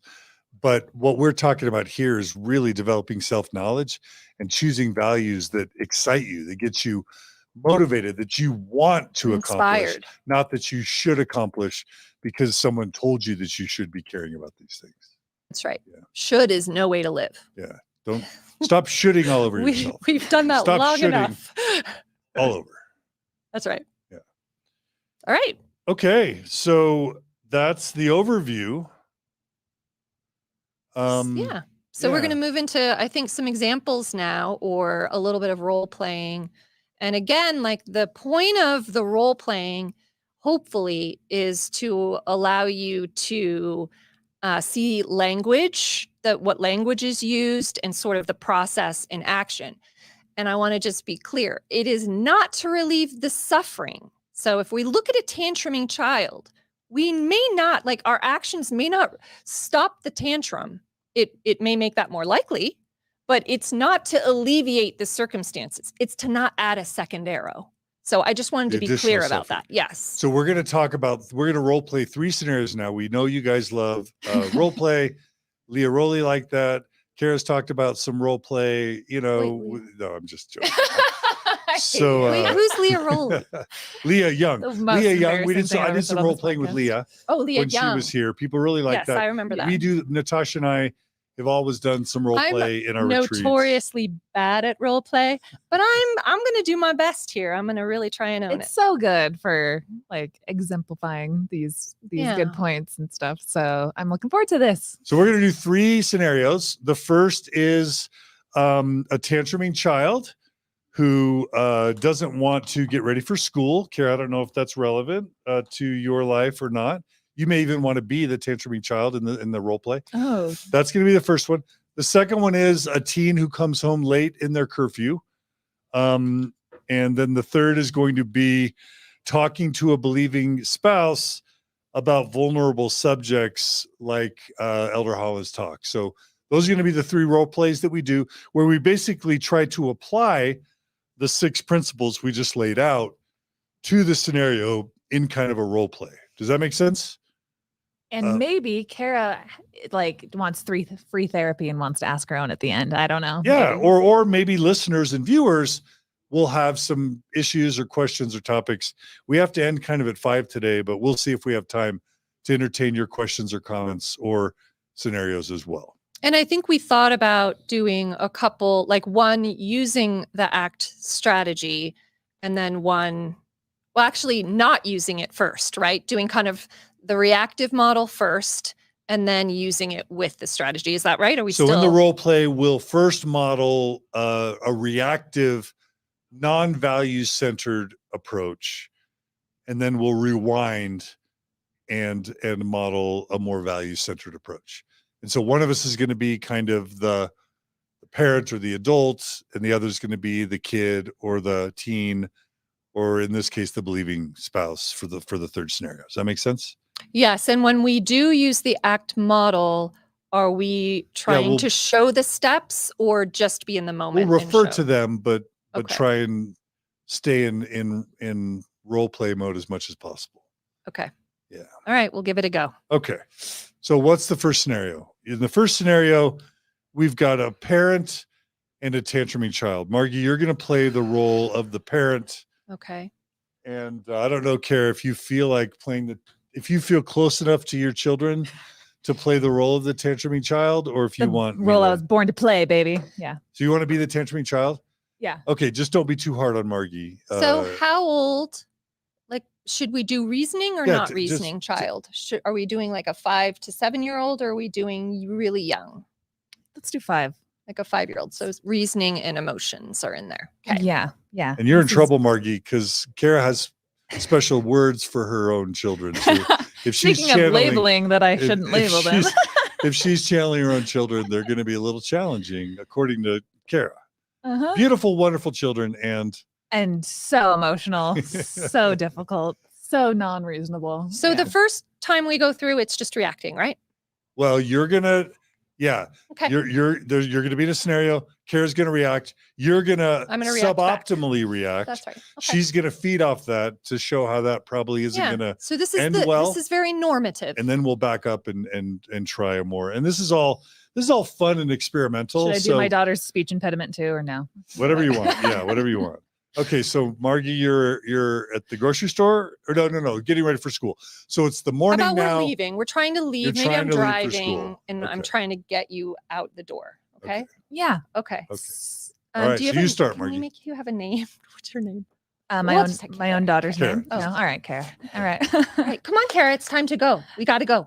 No, but I don't have the shirt that I want to wear because my sister's wearing the shirt. I want to wear that shirt. Okay, we can't do this right now. Like we're late already. No, It's time to she go. has the shirt that I want. I'm not leaving I'm because so she has sorry. the cool glitter one on it. I want a glitter shirt. You can wear that one tomorrow. We're going. No, Come I on, need the let's go. glitter shirt. If I don't have the glitter shirt, I won't look No, good. okay. And now I would probably bodily like help her out the door and get her in the car. So And I'm so screaming, pretend like you're doing that. Screaming. So like just act it out. But, okay, come on. All right, now we're going. And Yeah. you're Get in so the you're car. grabbing her. Okay, we've and gotta then go. She's doing what? And I'm just screaming my head off. Shut the door. And I get in the and and the I'm going to child- drive the child's and we're screaming. getting her in the car. I think we Getting all her to school. And just doesn't stop screaming until I make some type of like deal or something. That's right. It'll or be you like bribe them or Yeah. yeah. Okay, so we all know what kind of the child meltdown is. Okay. and maybe in the car you're like, you can wear tomorrow. We'll let you wear tomorrow. You can wear tomorrow. I'll find it and we'll put it out and you're kind of like trying to kind of make it better on the way. Okay. Once Yeah, you've- that's still a pretty good reaction, to be Yeah, honest. you didn't. Yeah, we didn't have enough anger and screaming and shouting. Should I do and another physical one? abuse? No, it's okay. But people get the picture. Okay. Okay, but Margie, go ahead and pull your paper out if you want. You want to follow the steps. steps? Don't feel like you can't. We want to They're not going to be able to track- see me like grounding, but do I show that? just You want talk me to it show? through. Okay. Just do your best, but just feel free to use the paper to guide you. Okay, let's do that again. So we're going to rewind now, and we're going to have the same scenario with Margie working to be a more mindful parent. Okay. And Carah, you can still react, but maybe we can just see if your reaction might change a little bit based on how Margie responds. Okay. Okay. Come on, Carah. It's time to go. We got to No, go. I haven't picked out my shirt for today. I want to wear the one with the glitter on it. Oh, I'm sorry. It's really time to go, though. But the one with the glitter on it, if I'm not wearing the one with the glitter on it, I don't want this one. I wore this one Okay. yesterday. So I'm going to pause and notice. I'm starting to feel stressed because we're late. I'm feeling overwhelmed. I've got a lot of incoming stimuli from a child that keeps talking, right? There's screaming So going on. I'm in the going to background. notice my own heart rate, the fact that I'm feeling really stressed and panicked, and things are starting to kind of heat up for me, right? And so at that point, I'm going to accept in my brain. I'm going to look at like, okay, I might even say to you, You can even narrate your brain. okay. So I most likely would be like, this is happening right now. And I might even And say talking it, to the mic just so I that might people- even say it like to you, like, okay, let's Yeah. just take a second. Come here. Let's sit down for a minute. All right. What's going on? I want to wear the shirt. I'm not wearing the glitter shirt that goes up and down. Okay. Now I'm quiet enough. I'm accepting this is happening. I'm probably going to be a little bit late, but I have a child I love having a problem in front of me that means something to them. May not mean a lot to me, but it means a lot to them. And so I'm going to take some deep breaths, and I'm going to remember, that I'm solid and I'm okay and I'm feeling overwhelmed right now. And maybe it won't be the end of the world if you're a couple minutes late or even 10 minutes late or even 30 minutes. But I'm going to take some deep breaths and I'm going to feel a little bit calmer, right? And I might actually, during this, when I'm taking breaths, get down to your level and look at you in the eye and maybe take your hand and touch you. So kind of model that, act that out. Margie, come to me. How? Love. Right. So I'm going to touch you yeah. and I'm going to reach out. And this is going to be a bit of emotional connection, which is also going to soothe me and it may soothe you. And at that point, I So might do it. Okay. And I can even say, do you want to breathe with me? Breathe with mom for a minute, okay? So I can tell you're stressed. What are you feeling right now? Everybody is so mean to me, and I didn't get to pick the shirt, and I never get to pick the shirt that I want to wear, and I'm always in trouble, and I'm just really sad, and I also am really, really, really, really mad. Mm. Thank you for sharing your feelings with me. That feels sad. That would be sad for me too. So right now you want to find this shirt? What shirt do you want to wear? My sister's wearing it. I want her to take off that shirt, and I want to wear that one. Because you love it. You love the shirt. Yeah, it's got the sparkles that go up and down. I want you to be able to wear this shirt. I don't think I can take it off your sister's body to have you wear, because I think that probably would hurt her feelings. I wonder. Oh. I wonder if, I don't know if she's a lot bigger or could wear it, or that's a whole other thing. But I would say I really hear what you're feeling and wanting to wear that shirt. And I'm not sure I can do that for you today. But that's something that I hear and feels hard. And is there a way that we could kind of make it better? Is there another shirt that you would feel better about that's sparkly like hers, or that would make you kind of feel special that we could pick out real quick before we go? Because I would love you to love the shirt you're wearing today. Will you play the game with me where you put it on really fast and I get to speed it up or slow it down, and I get to tell you how fast or slow to put it on? I would love to play that game with you. Let's go do it real quick. Can we? Yeah. So something to notice about that is it slows way down. Like I felt much slower. And I had to resist kind of wanting to fix it, which is a total part of my personality where it's like, let's get you a shirt like your sister's real quick. Yeah. Right. Which is not the point. The point is just to kind of stay where you're connecting with the feeling and you share the feeling. And it's like, I really understand why it would feel that way. And what can we do so that you feel special? Do you have a shirt like that? Could we try another shirt? How can I help you? And actually, 5-year-olds are amazing at answering oftentimes. How can I help you? How can I show up for you? What do you need? And then we have a child. You were amazing at sharing your feelings. So that's an amazing 5-year-old that can say, I'm sad about this. I'm upset about this. And you just want to validate the fact, all those feelings. I get that. And then from there, if you can get a child to tell you what they need, that's golden. Then you're raising someone who has their own voice and can voice that in their relationships. Here's what I need. And it becomes just, Yeah, I think that's really interesting that you said that you're not trying to fix it, because that's the most difficult thing. That's what your job is as a mom, is to fix it. Problem, fix it. Problem, fix it. But if your higher value is not being there on time, that's a fix it type of problem solving situation. Your higher value is your child feeling safe enough to connect, to actually tell you what the problem is. Yeah. Because it's coming out as a tantrum, but there's going to be something else underneath there. And maybe it's a lack of connection. One other downside of trying to fix everything as a parent is that you never allow your kids to develop their own skills at emotion regulation. Sometimes kids have to deal with being sad or being angry, disappointed or not getting their way. If you always fix everything, they literally don't develop the skills to regulate their own emotions, to sit with their own sadness or anger or disappointment and frustration. And that's one of the reasons why you don't want to fix everything as a parent. Yeah. And I think as adults, we are so quick to jump to the logic of like, okay, little kid, I know that you're 6 years old, but I fall into this trap all the time where I'm trying to talk to my kids, like as if they understand logic.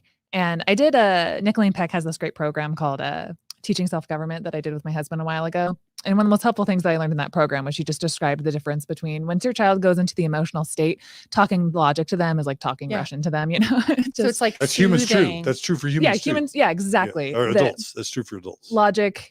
When my mom's emotional talking about the church, whatever it is, I'm trying to talk logic. I'm staying calm. If I can tell she's gone to an emotional place, pretty much conversation's over from there. And there's no logic to be found. So I find that's probably the most helpful thing is you're going to want to fix it. You're going to want to say, logically speaking, this shirt right here is the same, or logically speaking, we're going to be late and that's going to be bad or whatever. But if they've already gone to that emotional place, we have to be smarter. Again, back to the modeling. We have to be smart enough to then not get emotional, to then not go to a place where we're thinking, we're not thinking smart. We're thinking, and implementing the things that you just mentioned. So the values, I didn't mention the values that I connected to in the moment, and I probably should have, but the values that I implemented there were emotional connection, which I hope that came through. This idea of I'm going to lean into your emotions. I'm not going to lean away or punish you or leave you alone. So I'm going to lean in and provide emotional connection. I want to validate your feelings because they're important, right? So I'm going to say, I understand that. I could see that. I would feel that way too. And then there comes like a sense of kind of showing up. How can I help you? What can I do? Right? And that on some level is like telling a child you're in it with them. Yeah. Right? They're not alone in kind of figure it out. I'm going to stuff you in a van and you're going to arrive at school and be left with whatever that was. It's like, hey, we can do this together. And by doing it together, we're going to rewire and you're going to become more creative and you're going to be resourceful to solve some of these issues for yourself when they come up. Yeah. And I just wanted to read a couple comments that just came in. $50 from, I can't pronounce that. I'm sorry. I'm terrible, but they said, I needed this so much today. Thank you all for your insights and wisdom. I am feeling so much more prepared for the tumult that, I'm sorry about it, pronouncing words on the spot, tumult that my life is at the moment. Much thanks. Hearty heart, nice. heart. That's Emerzelia. Yeah. Sorry. And another $15 from All Kinds of Adventure. Thanks for the super chats, you guys. And everyone's just saying how this is helping them understand how to be a better mother. And these are. I like Donnell's comment. He says, this helps me understand how to better mother myself. That's a really interesting. I love that point. Perspective, Donnell. Thank you for that. Okay, so that was a great role play. That was the first one. Good job, Carah. Good job, Margi. A little rough. I loved how you practiced noticing what you're feeling, accepting your feelings in the situation you were in, holding your thoughts and feelings and your stories loosely, grounding yourself, Margi, and then And you getting can in bring touch with your you can bring your child into grounding. yeah, And that can be model helpful, that. like breathe Ground together, with your take their child. hand. Okay. Yeah, co-regulation. And then acting according to your values. So let's try it again with scenario 2. Carah, do you want to be a teen, or Margi, do you want to be the teen? Do you want to be a teen? Okay. Yeah. Okay, so this is the scenario now. I'm going to play the dad who's strict and stern about curfews. The curfew is midnight, and teen Carah is now arriving at 12:30. She had some change in plans with their friends. She decided to go somewhere else. She didn't text and let us know. It was actually, in this case, not a super unhealthy decision. It was just like things went long. They changed some plans. She didn't let me know, and she came home 30 minutes late.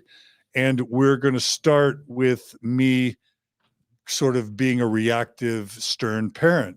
And I'm gonna kind of lay it down. Is that all right, Carah? You ready? Yeah. Okay. I was such a good teen though. This is like so hard for me to act out. Oh. I'm gonna get out my phone too because I have to like really play the part. So you come home. I'm waiting up for you. So here's my stern face. Waiting up. You walk in the door. Hey, Dad, I'm home. Hey, can you please come here and sit down, please?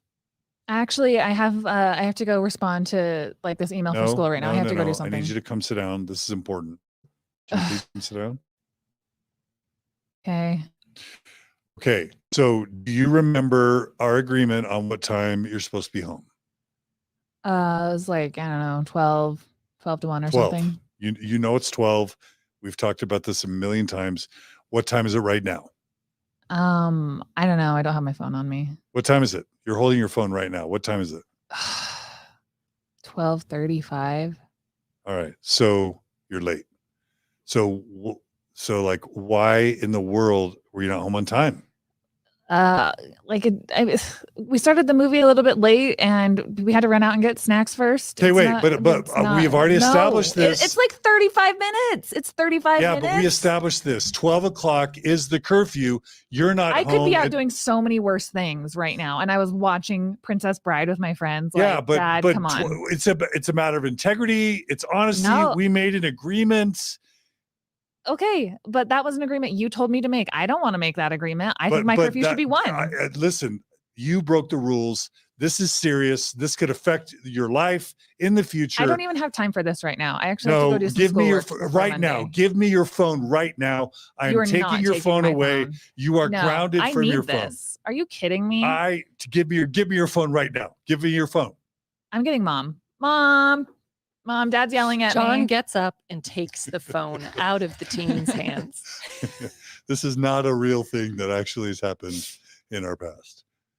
Anything else, Carah? My mom did take my phone once and she hid it in her garment drawer. So okay. Carah, how were you feeling channeling your teen self in that conversation? Well, for one, I felt like powerless, but you also try to front like you're not powerless. And that's teenage life 101, that you're just pushing your boundaries. And then how did you feel about me as I was acting, how I was acting? I feel like you just don't get me and you don't understand that like my friends are a really good priority. And I'm sorry that like I don't like check in with you every 2 seconds about what my plans are changing, Dad. Like I'm hanging with my friends. Like I'm not always thinking about like every minute that I'm not home. And your level of like or love or lack thereof for me, connection. What was how are we doing on? You're like annoying as AF, and I can't wait to go to college, and I don't even have to check in with you ever again. Yeah. Okay. So that's not the way to handle it, right? So let's back up. Let's do the same scenario, but let's try to do it with these steps involved. Okay. So I'm going to start a little bit out of order because, okay, it's 12:10, it's 12:15, it's 12:30, and she's late, and I know it, and I'm the parent there sitting there. For me, this kicks into play before she ever arrives. Does that sound Such a right, good Margie? point. That's such a good point. Yeah, because I'm sitting there and I'm noticing that I'm getting angry. I'm noticing that I'm looking at the clock. I'm noticing that I'm getting pissed off. I want to text her or call her and yell at her. And if I'm being a mindful parent, that's where the work begins. And I say, I'm feeling my heart beat. I'm feeling my blood pressure increase. I know I'm pulling out my phone.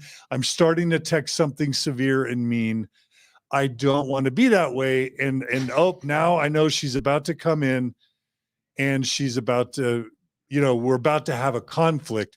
So let me start by grounding myself. I'm going to take deep breaths. I'm going to be aware of how I am.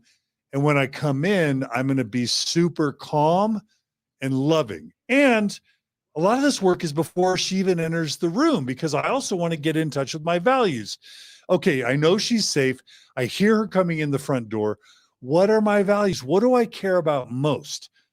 I'm glad that she's safe, and I want to have a good connection with her. So as she comes in the room, and as I'm wanting to scream, I'm going to get calm. I'm going to be centered, and I'm going to act in a way that's grounded in my values of being glad she's safe and that I want to maintain healthy connection. So so now, Carah, you walk in the door. Hey, Dad, I'm home. Hey, sweetie. Hey, come here. Can I have 5 minutes? Can I just have 5 quick minutes? I have to actually go do something for school right now. So okay, listen. Can I just, if it's okay, can I just sit down for just 1 second, okay? And I promise this will be fast. 1 second. Okay. What? I'm just agreeing. Okay, you got 1 second, Dad. Okay. Yeah. Okay. I just want to say I'm so glad you're home. You were a little bit late. I was worried about you. I love you. And it's 30 minutes past our curfew. I'm sure there's a good reason, but I just want you to know that I'm so glad you're safe. Did you have a good time? Tell me, will you just share with me just a minute about, did you have a good time? What'd you do? Yeah, we actually watched Princess Bride, and we rewound the part where it's just like a cardboard stand-up 15 times. Gosh. And like, I knew that we were going to be home at like midnight, but we were just laughing, having so much fun. How was it? Was really fun. it? Yeah, and like Sarah brought her boyfriend too, and they're really cute together. And I think that he is really good for her, and I can't wait to like show you all the cool pictures that I'm going to post on Instagram later. Oh, I'm so glad you're home. I'm so glad you had a good time, and I love you. Thanks for coming in. Hey, listen, is it okay? It is past the curfew. It's not a big deal. Let's talk about it tomorrow. Just it's probably best you just get to bed. I'm glad you're home. Have a good night. I love you. I'm glad you're home. And we'll talk tomorrow. Is that okay? Is that all right? Okay. Yeah. Thanks, Dad. Okay. So now she goes to bed. This is what the Margie and I talked about ahead of time. Why would you want to discuss curfew or issues around the curfew right before bed? She's home. You know she's safe. You don't want to be in the moment, and you don't want to risk a conflict right before bed. You probably won't sleep as well. She won't sleep as well. So one of the things Margie and I decided is, in this scenario, we're going to have the conversation about curfew the next day when you're more calm, when they're more calm, and there's no need to do it right before bed. So fast forward now, we're the next day.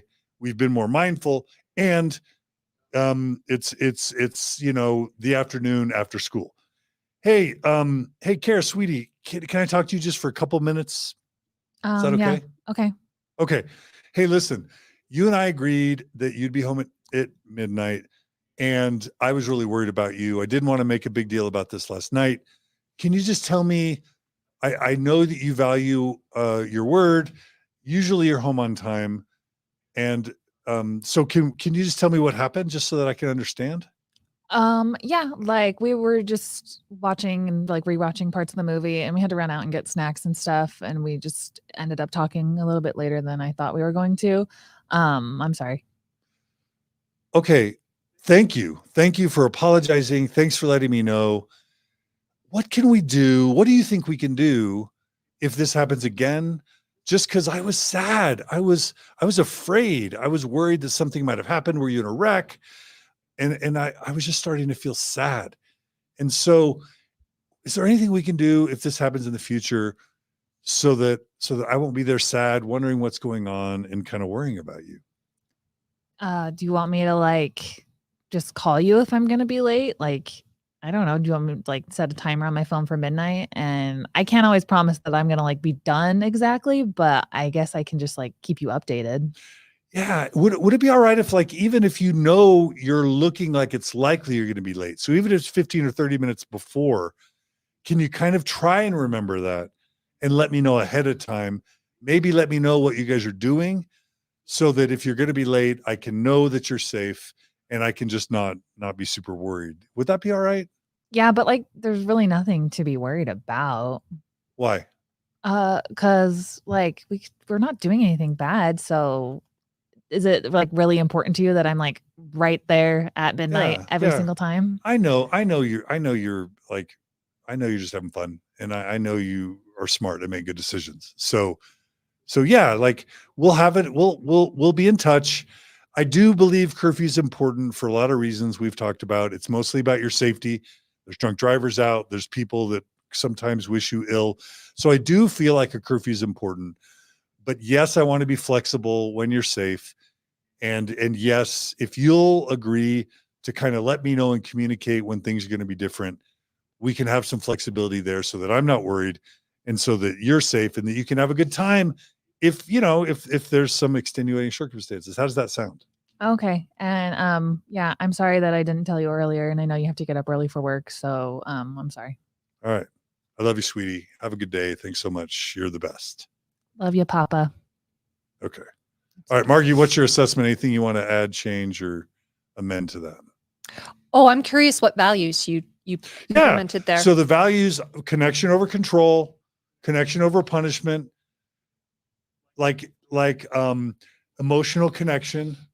I was being vulnerable. So I believe that emotional intimacy is what we want in all our relationships. So I need to model that if I want to get it. So me dropping into not anger, but what was underneath the anger, which was me recognizing my fear.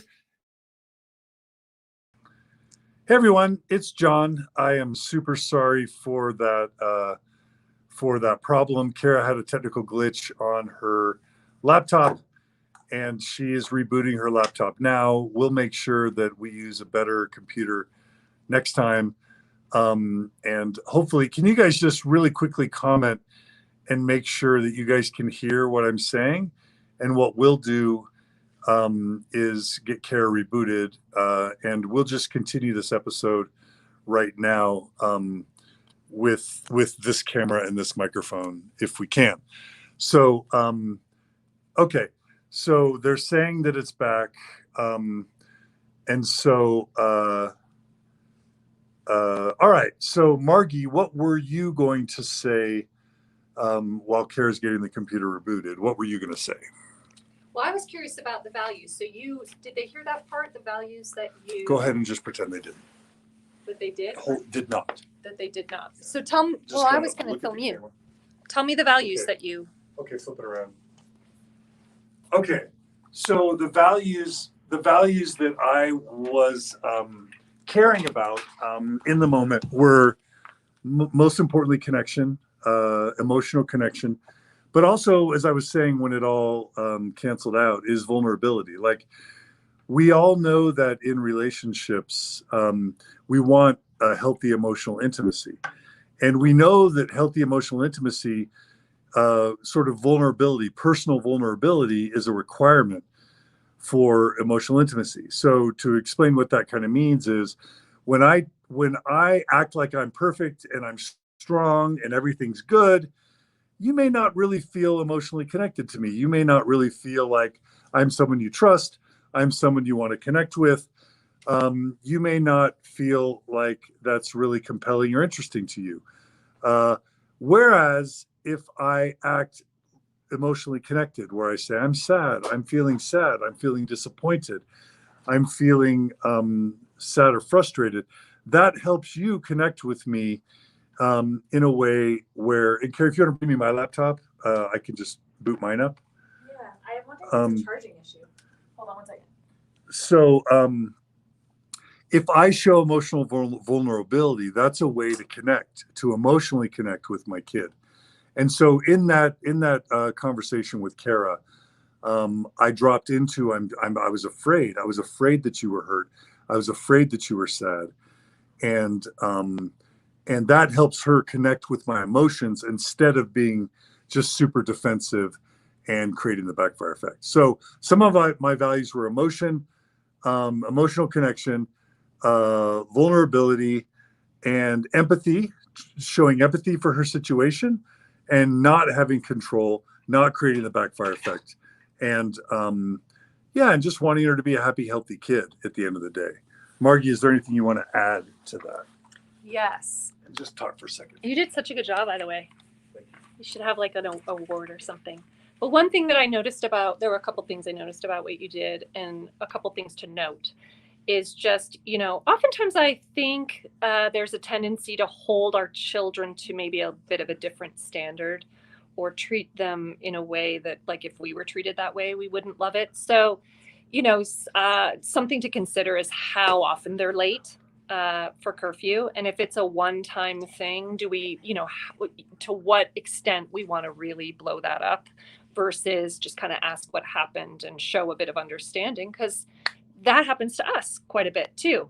And so there's a level of kind of humanness and just kind of putting ourselves in our children's shoes, or our teen shoes can be helpful. And then,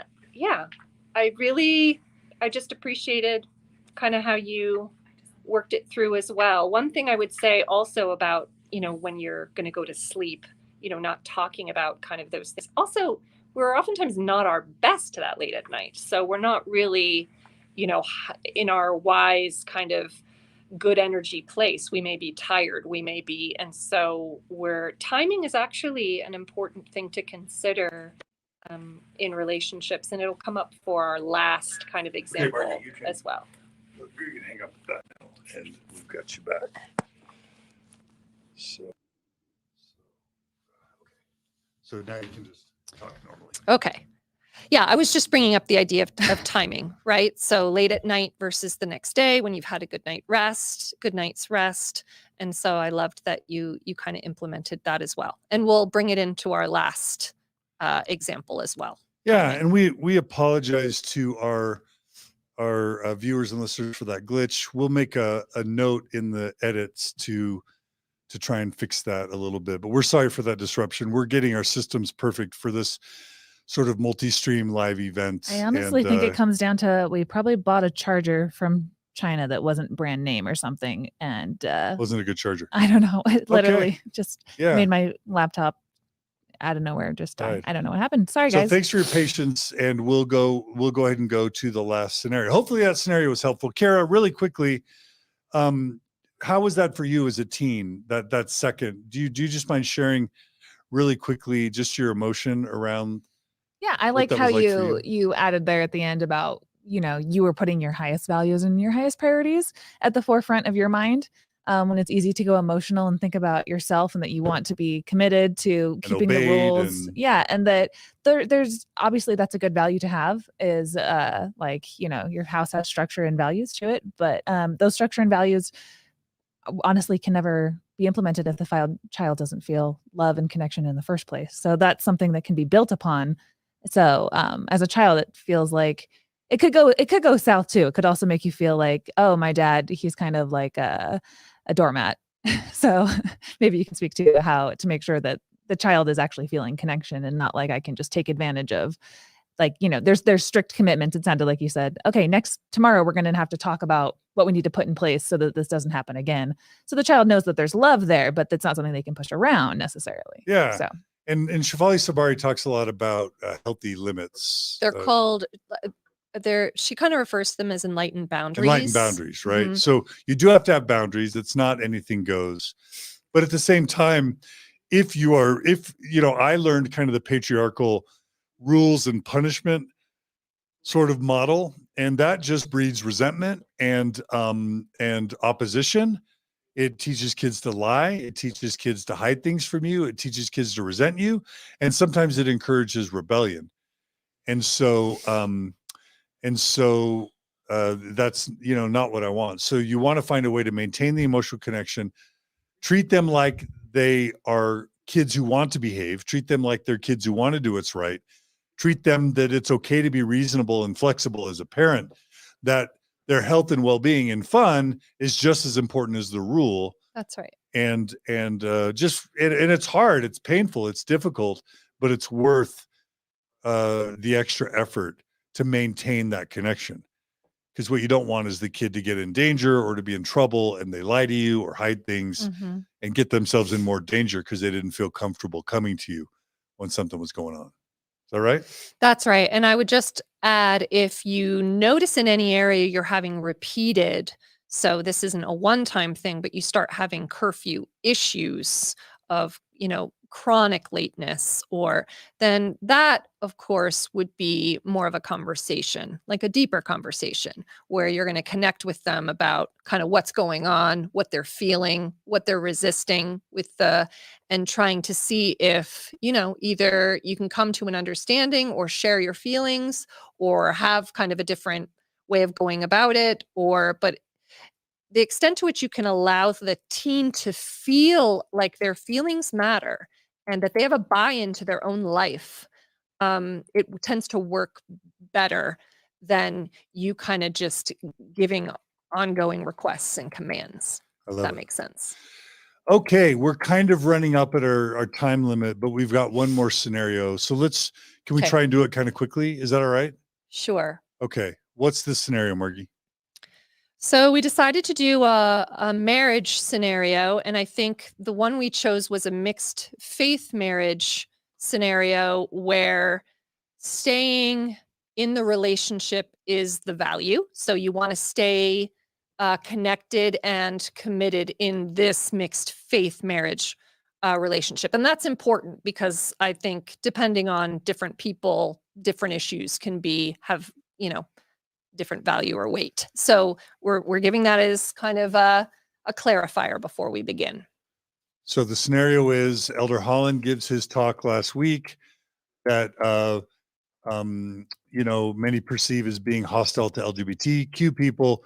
You, Margie, are playing the non-believing Mormon spouse who is a mama dragon and fiercely defensive of her LGBT kids or family members. You're angry and upset at Holland, and I'm your male believing spouse who you want to unload on, at least in the first scenario. Is that right? Yep. Okay. So you read the talk, I walk into the room, and let me have it in the bad scenario. Did you hear? Have you read it? Have you seen? What are you talking about? I cannot believe it. Like, they've done it again. I do not understand how church leaders can just over and over and over again go after the LGBTQIA community. Wait, slow down. I don't even know what you're talking about. What happened? Why don't you just? It's your church. This is how you're the one paying tithing. You're the one paying tithing. You're complicit in this. You should at least know kind of what they're doing. I'll give you a moment. Why don't I just give you a moment to get up to speed to see what hate speech they've said? Okay, listen, you using words like hate, and that's triggering just for you me. Just you watch. Okay, this is not an exaggeration. Just take a minute. I don't even know what happened yet. I haven't even. Why don't you go ahead and see what your tithing dollars are, where they're going? Go ahead. Listen, go ahead. I'll watch. Why would you bring tithing into this? Just know, the church is a cult. You pay the church. You're complicit. It is like you said. It's like you're saying it. That's not fair at all. To say you're making it sound like How is it not true? How is it not? How are you not supporting it? I haven't even seen the talk yet, but you know that I don't always agree with everything that's said. It doesn't matter. You're paying them anyway. It doesn't matter if you agree or not. But you're propping them up. Tithing doesn't always necessarily go to one specific thing. We don't even know. You attend, you support, you're complicit. Well, I'm done. I'm done. Our kids are done. We're out. We're out. You're going to have to figure this out. You're as intolerant as the people you say are intolerant. What? That's my. Okay, that's bad. Good job. Carah, what do you give Margie in terms of a rating for her? 15 Golden Globes, 5 Oscars. Somebody said earlier, before I think I lost the stream, that they came in the middle of us fighting, and they were like, "What's going on?" So that's how people are going to feel. Be like, "Oh, did they turn on the camera?" So Margie brought the heat. Okay, that's obviously not the way to do it. So Margie, do you want to now take us through a more centered approach, and you can both act it out and then narrate your process with the 6 points we've tried to outline. Take us through each of the points as they affect. So now you've read the talk. Is there some pre-work you want to do before I would we're say. even together? So I am a mama dragon, for real. So I would probably say I have some work to do before I come to you. Okay. And it's going to be some tough work, you know? So maybe beforehand, I'm going to do a lot of noticing the extent and the intensity of my emotion. I'm going to show up for it.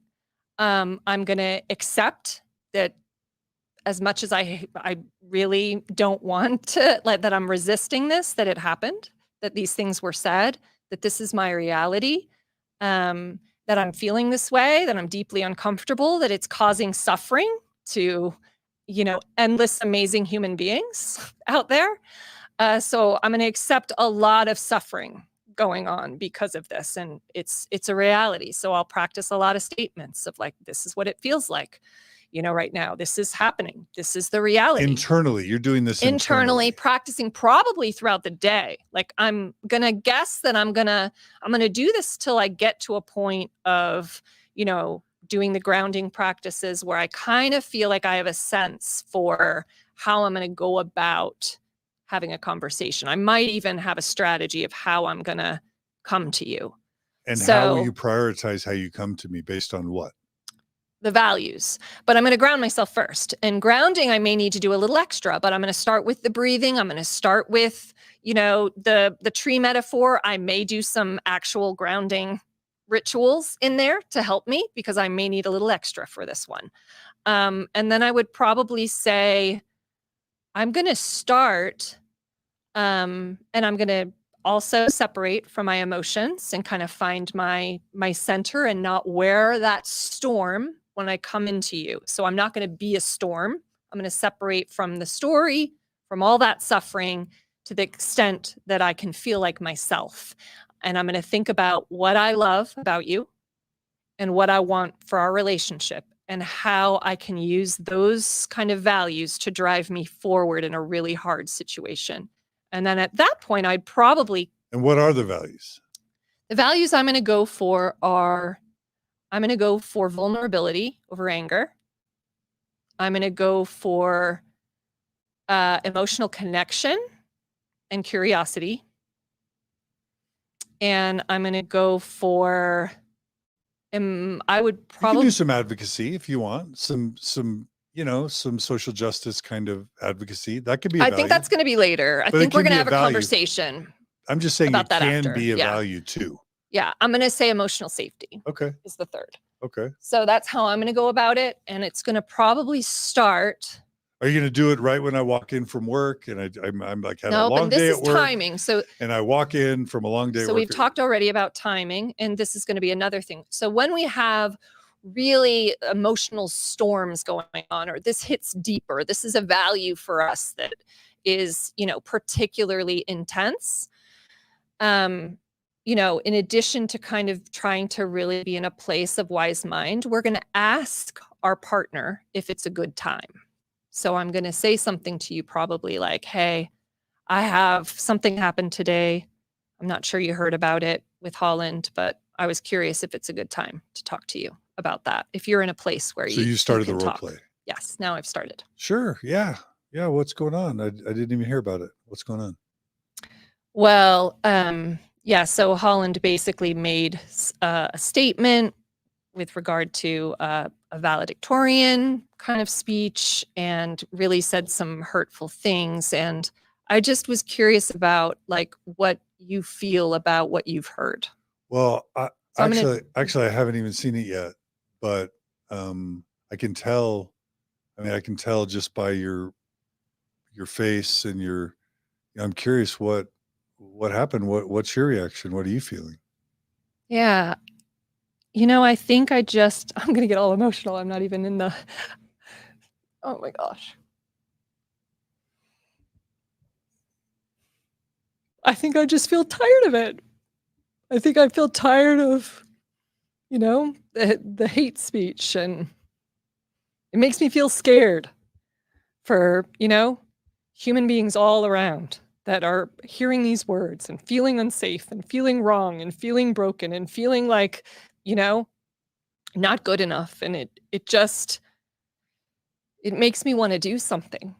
It makes me feel uncomfortable with where we are and maybe where I am in maybe my association with the church through you. But it's just hard. It feels really hard. Oh, well, sweetie, I'm so sorry just seeing how sad you are.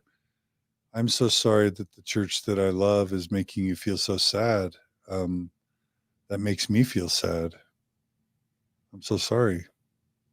Yeah, and I know it's important to you, and I know you find a lot of value in it, and it's not about me wanting to take that away from you, but I do think we may have to have some hard conversations about the way we approach things, whether that's tithing or these messages or, how I interact and how we talk to our kids. Like, I just feel like this. Well, now I worry that what you're saying is you want to keep the kids from church, or you want to make me stop paying tithing. And I'm getting a little worried because I know you're sad, but you know that I love this church and I believe in it.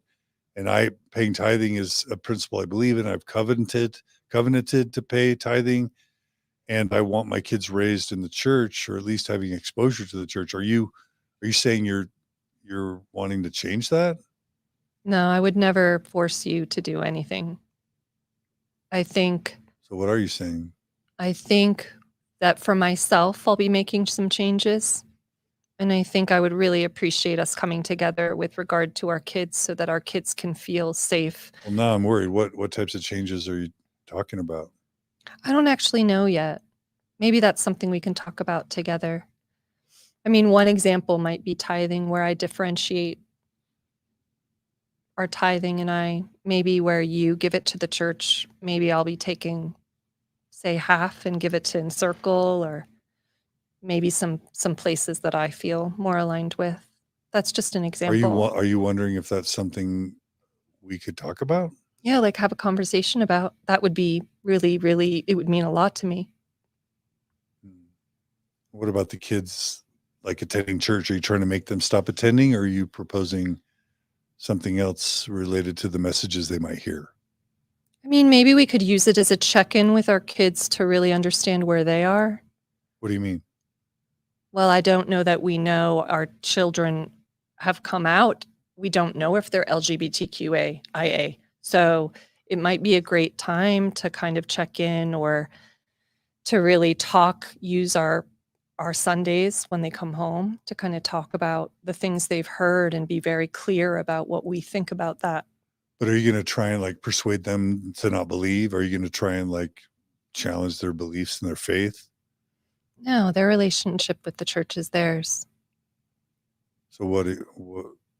Maybe that we just kind of talk openly about the messages that they're hearing and how they feel about them, especially around that issue.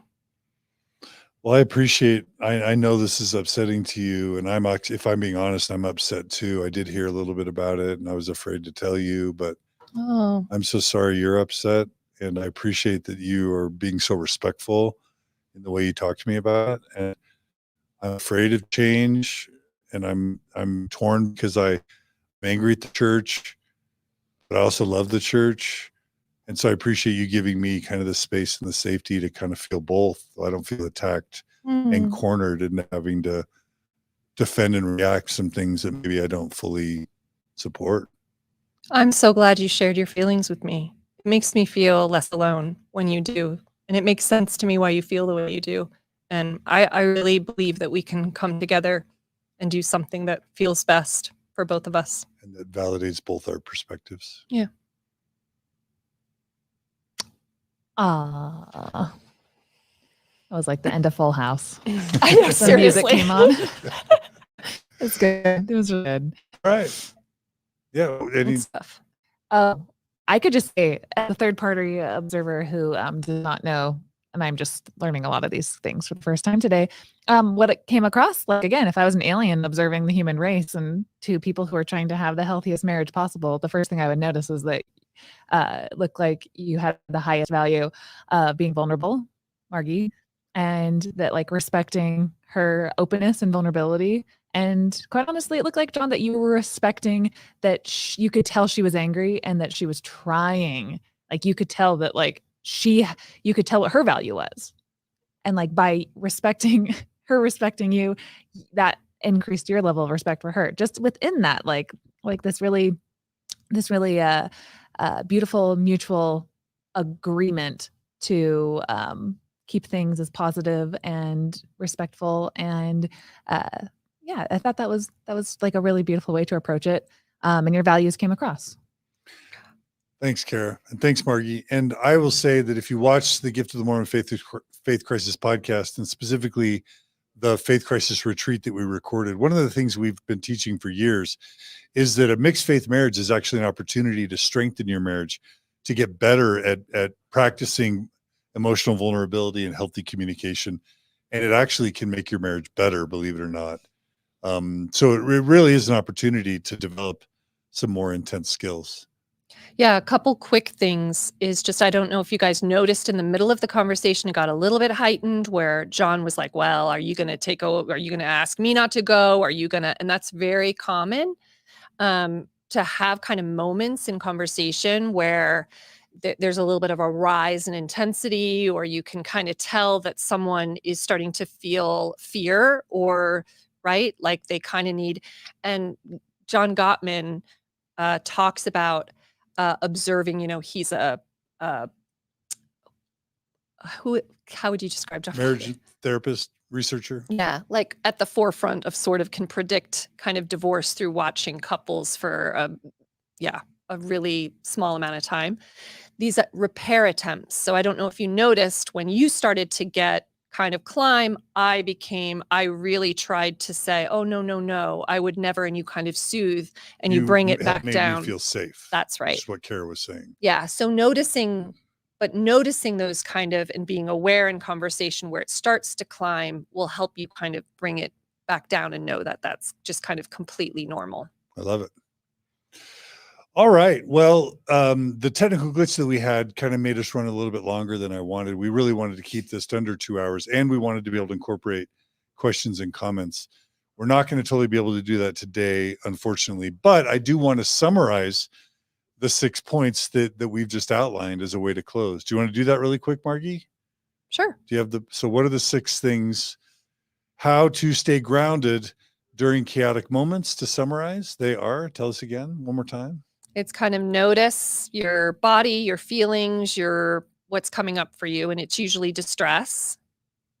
And then practice acceptance, accepting that not only are your feelings happening or stories may come into your brain, but this reality is accepting that this is your reality right now. So you're not fighting. And then the third step is creating a little bit of distance for you to be the observer of your emotions. So they're not like tied to your core being or identity. It just gives you a little bit of space to kind of do the next step, which is grounding. And you can do that through breath work, through visualization, find what works for you. Nature walk, meditation, step outside, taking a time out, whatever you need to do, go for a drive. And then know your values.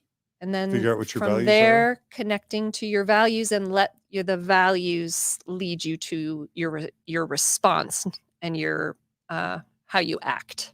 I love it.